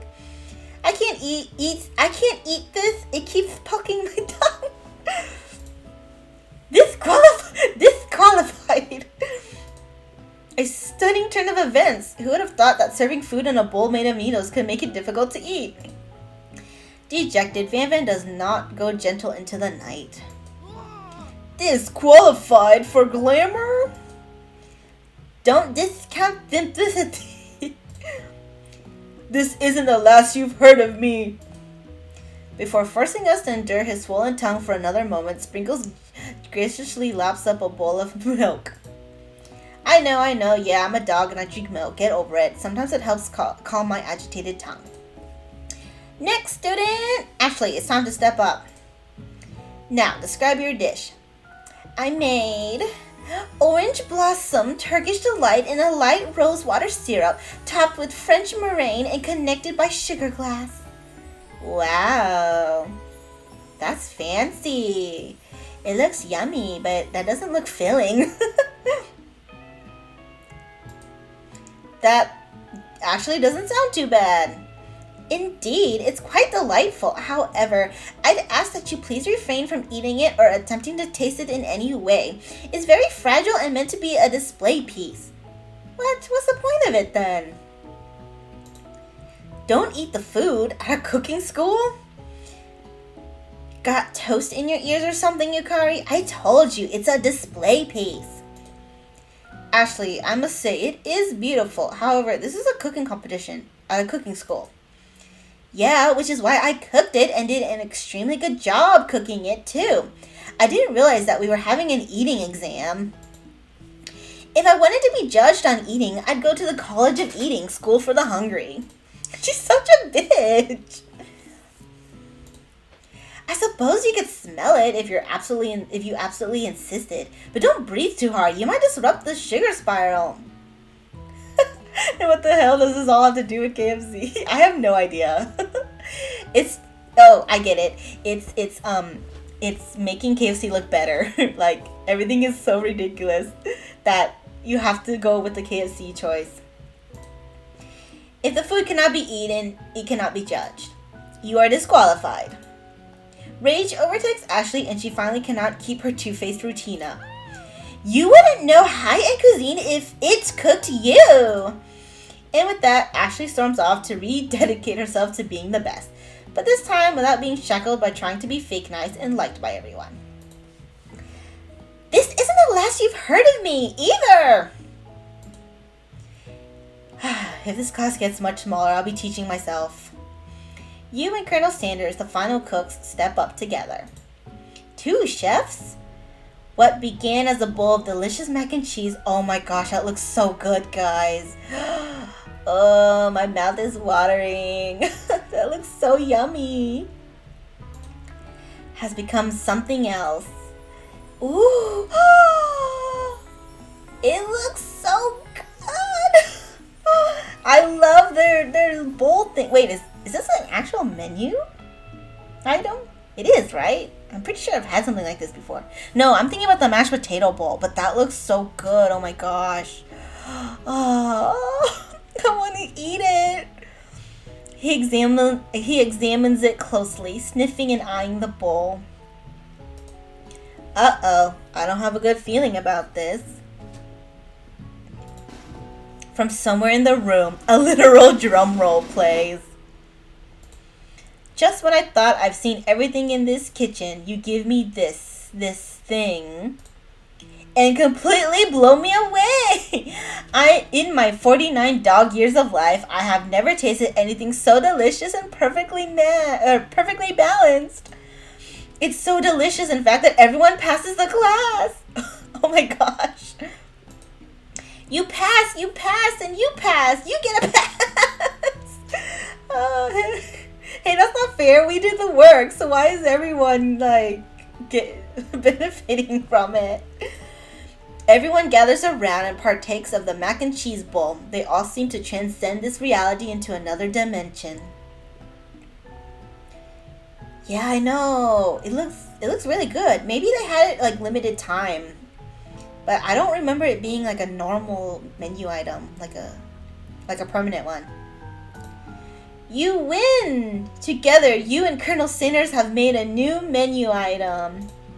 The new menu item is so impressive, even the Van and Ashley are drawn back in it by its magnetic fragrance. When they gaze upon your mac and cheese bowl, they admit that you are indeed an excellent chef. Sprinkles declares that you have passed. Everyone has passed. There were supposed to be more battles, but come on, how could they be better than this one? Now that the school year is complete and everyone has graduated, the students return for one last assignment to get their groove on. The cafeteria has been completely redecorated in order to serve as a site of the school's graduation dance. Compared to the massive high-tech cooking arena, the humble decor seems downright cute and cozy. Aw, it's like a prom or a homecoming graduation dance. DJ Dog is in the house! So he goes from professor to DJ. You knew that Sprinkles was a master chef, but also a world-renowned turntablist who says you can't teach an old dog new tricks. Van and Ashley tell everyone that they've committed themselves to righting the wrongs they did while they were the villains. Aw, look at them in casual clothes. For a moment, you actually believe them. Not another haunting. No ghosts allowed at graduation. It's clearly written in the school's bylaws. I was never actually a ghost. It was all a trick to get you to finally notice me. Oh, he didn't die. Oh, amusing.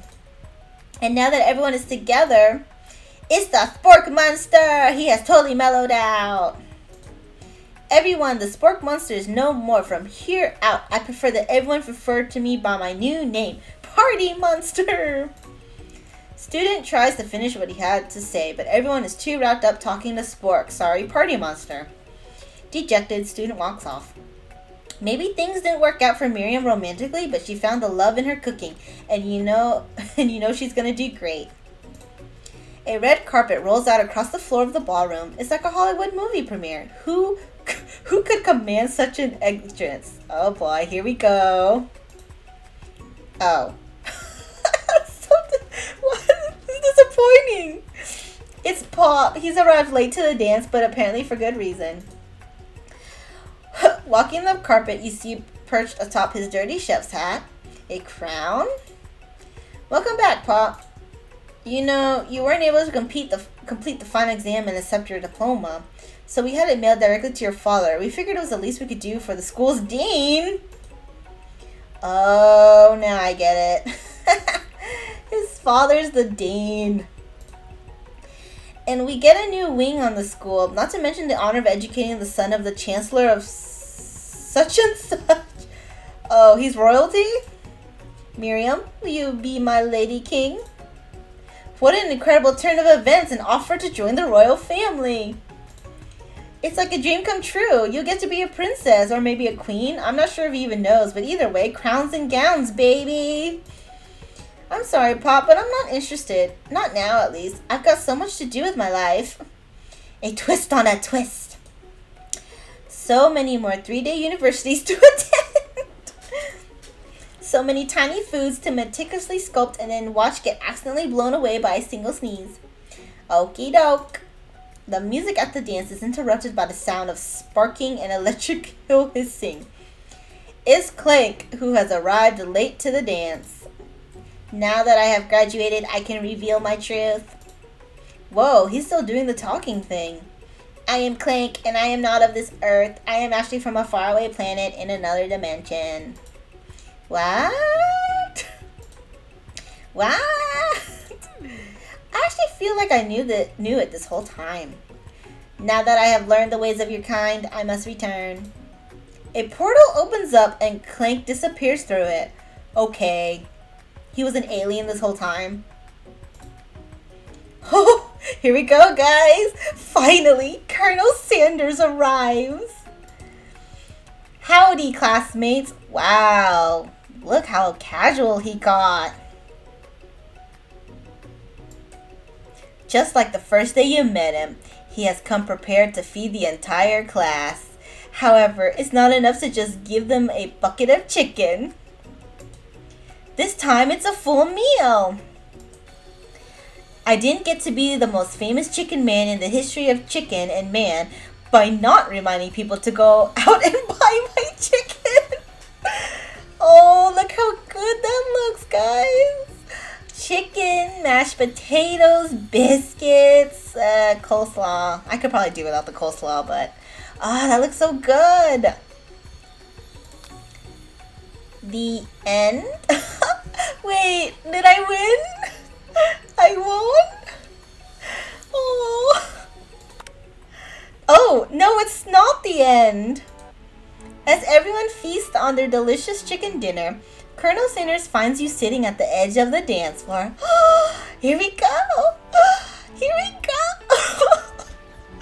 This is the moment you wait for in an otome game, in a dating sim game. Yukari, what are you doing sitting all alone? Oh, you know, just waiting for the right person to ask me to dance. I wonder, might you tell me, what are the qualities that you would expect to find in such a lucky person? Okay, let me read this. Off the top of my head, oh, I don't know. A spicy musk, a tidy goatee, and a degree from the University of Cooking School Academy for Learning, just to name a few. Oh yeah, Ashley was very thick. It truly is my lucky day. Would you dance with me? Yes, I would love to!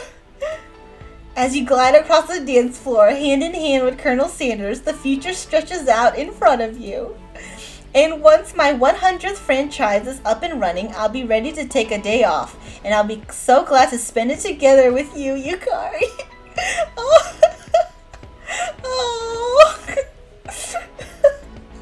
We officially successfully courted Colonel Sanders. Oh. How sweet. We'll work together and play together. Colonel Sanders stops dead in his tracks. Work together? I think this is something I'll just need to do by myself. But who will help you run your restaurants?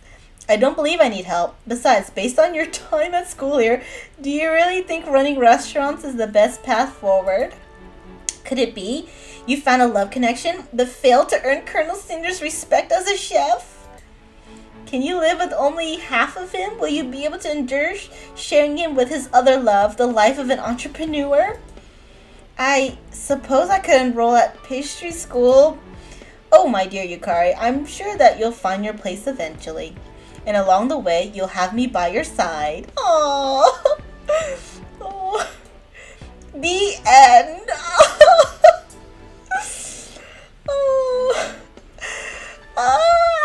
We finished it.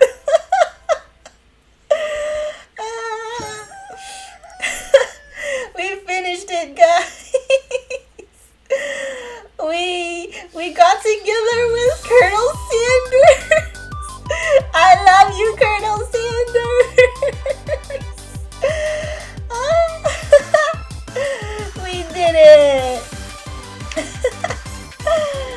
Oh, that was a great game. It was ridiculous, but it was great. And I'm so glad y'all are here to witness that. Oh.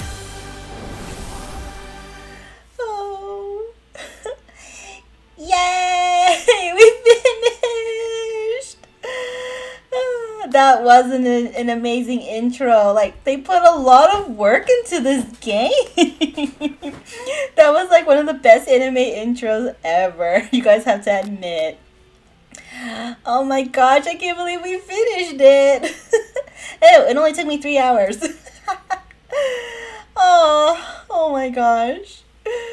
Well, thank you so much, everyone, for joining me on our first day of Love Week leading up to Valentine's Day with I Love You, Colonel Sanders. I hope that got y'all in a great lovey-dovey mood. It is the month of love, after all. That was great. Longest stream ever for a good reason. Yes, that was great. That was so great. I'm so glad y'all got to witness that with me. That was a beautiful game. Okay, before I leave y'all for the night, don't forget my human debut is coming up. So a week from today, on Valentine's Day, February 14th, at 3 p.m. CST, I am revealing my human form. Yay! I will be a person now. I won't be just a bunny. But yeah, so I'll do that, and then of course, okay, so the rest of this week, as I'm calling it Love Week, leading up to Valentine's Day, please join me on Wednesday, February 10th, for Conception 2, and then February 12th for Galgun 2. I hope y'all enjoyed this stream, because I sure did. This was probably one of the best streams I've done so far, and I hope we have many, many more great streams like this. But yes, thank you for being here. Y'all are the best. Y'all got to witness this crazy game. And my great voice acting. How was it? How was my voice acting for all these characters? That was so great.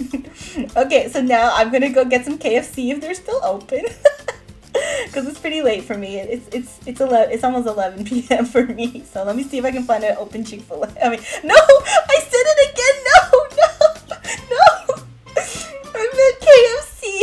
I meant KFC! KFC, guys. You didn't hear that. You didn't hear me say the other chicken fast food. Oh no! I think Chick-fil-A is actually closed by now. They closed kind of early, so I'm gonna go see what I can get. Okay, thank you guys, and I hope you have a wonderful night, and I will see you Wednesday or whenever my next streams are. And yeah, okay? So have a wonderful evening, and I love y'all all. Bye!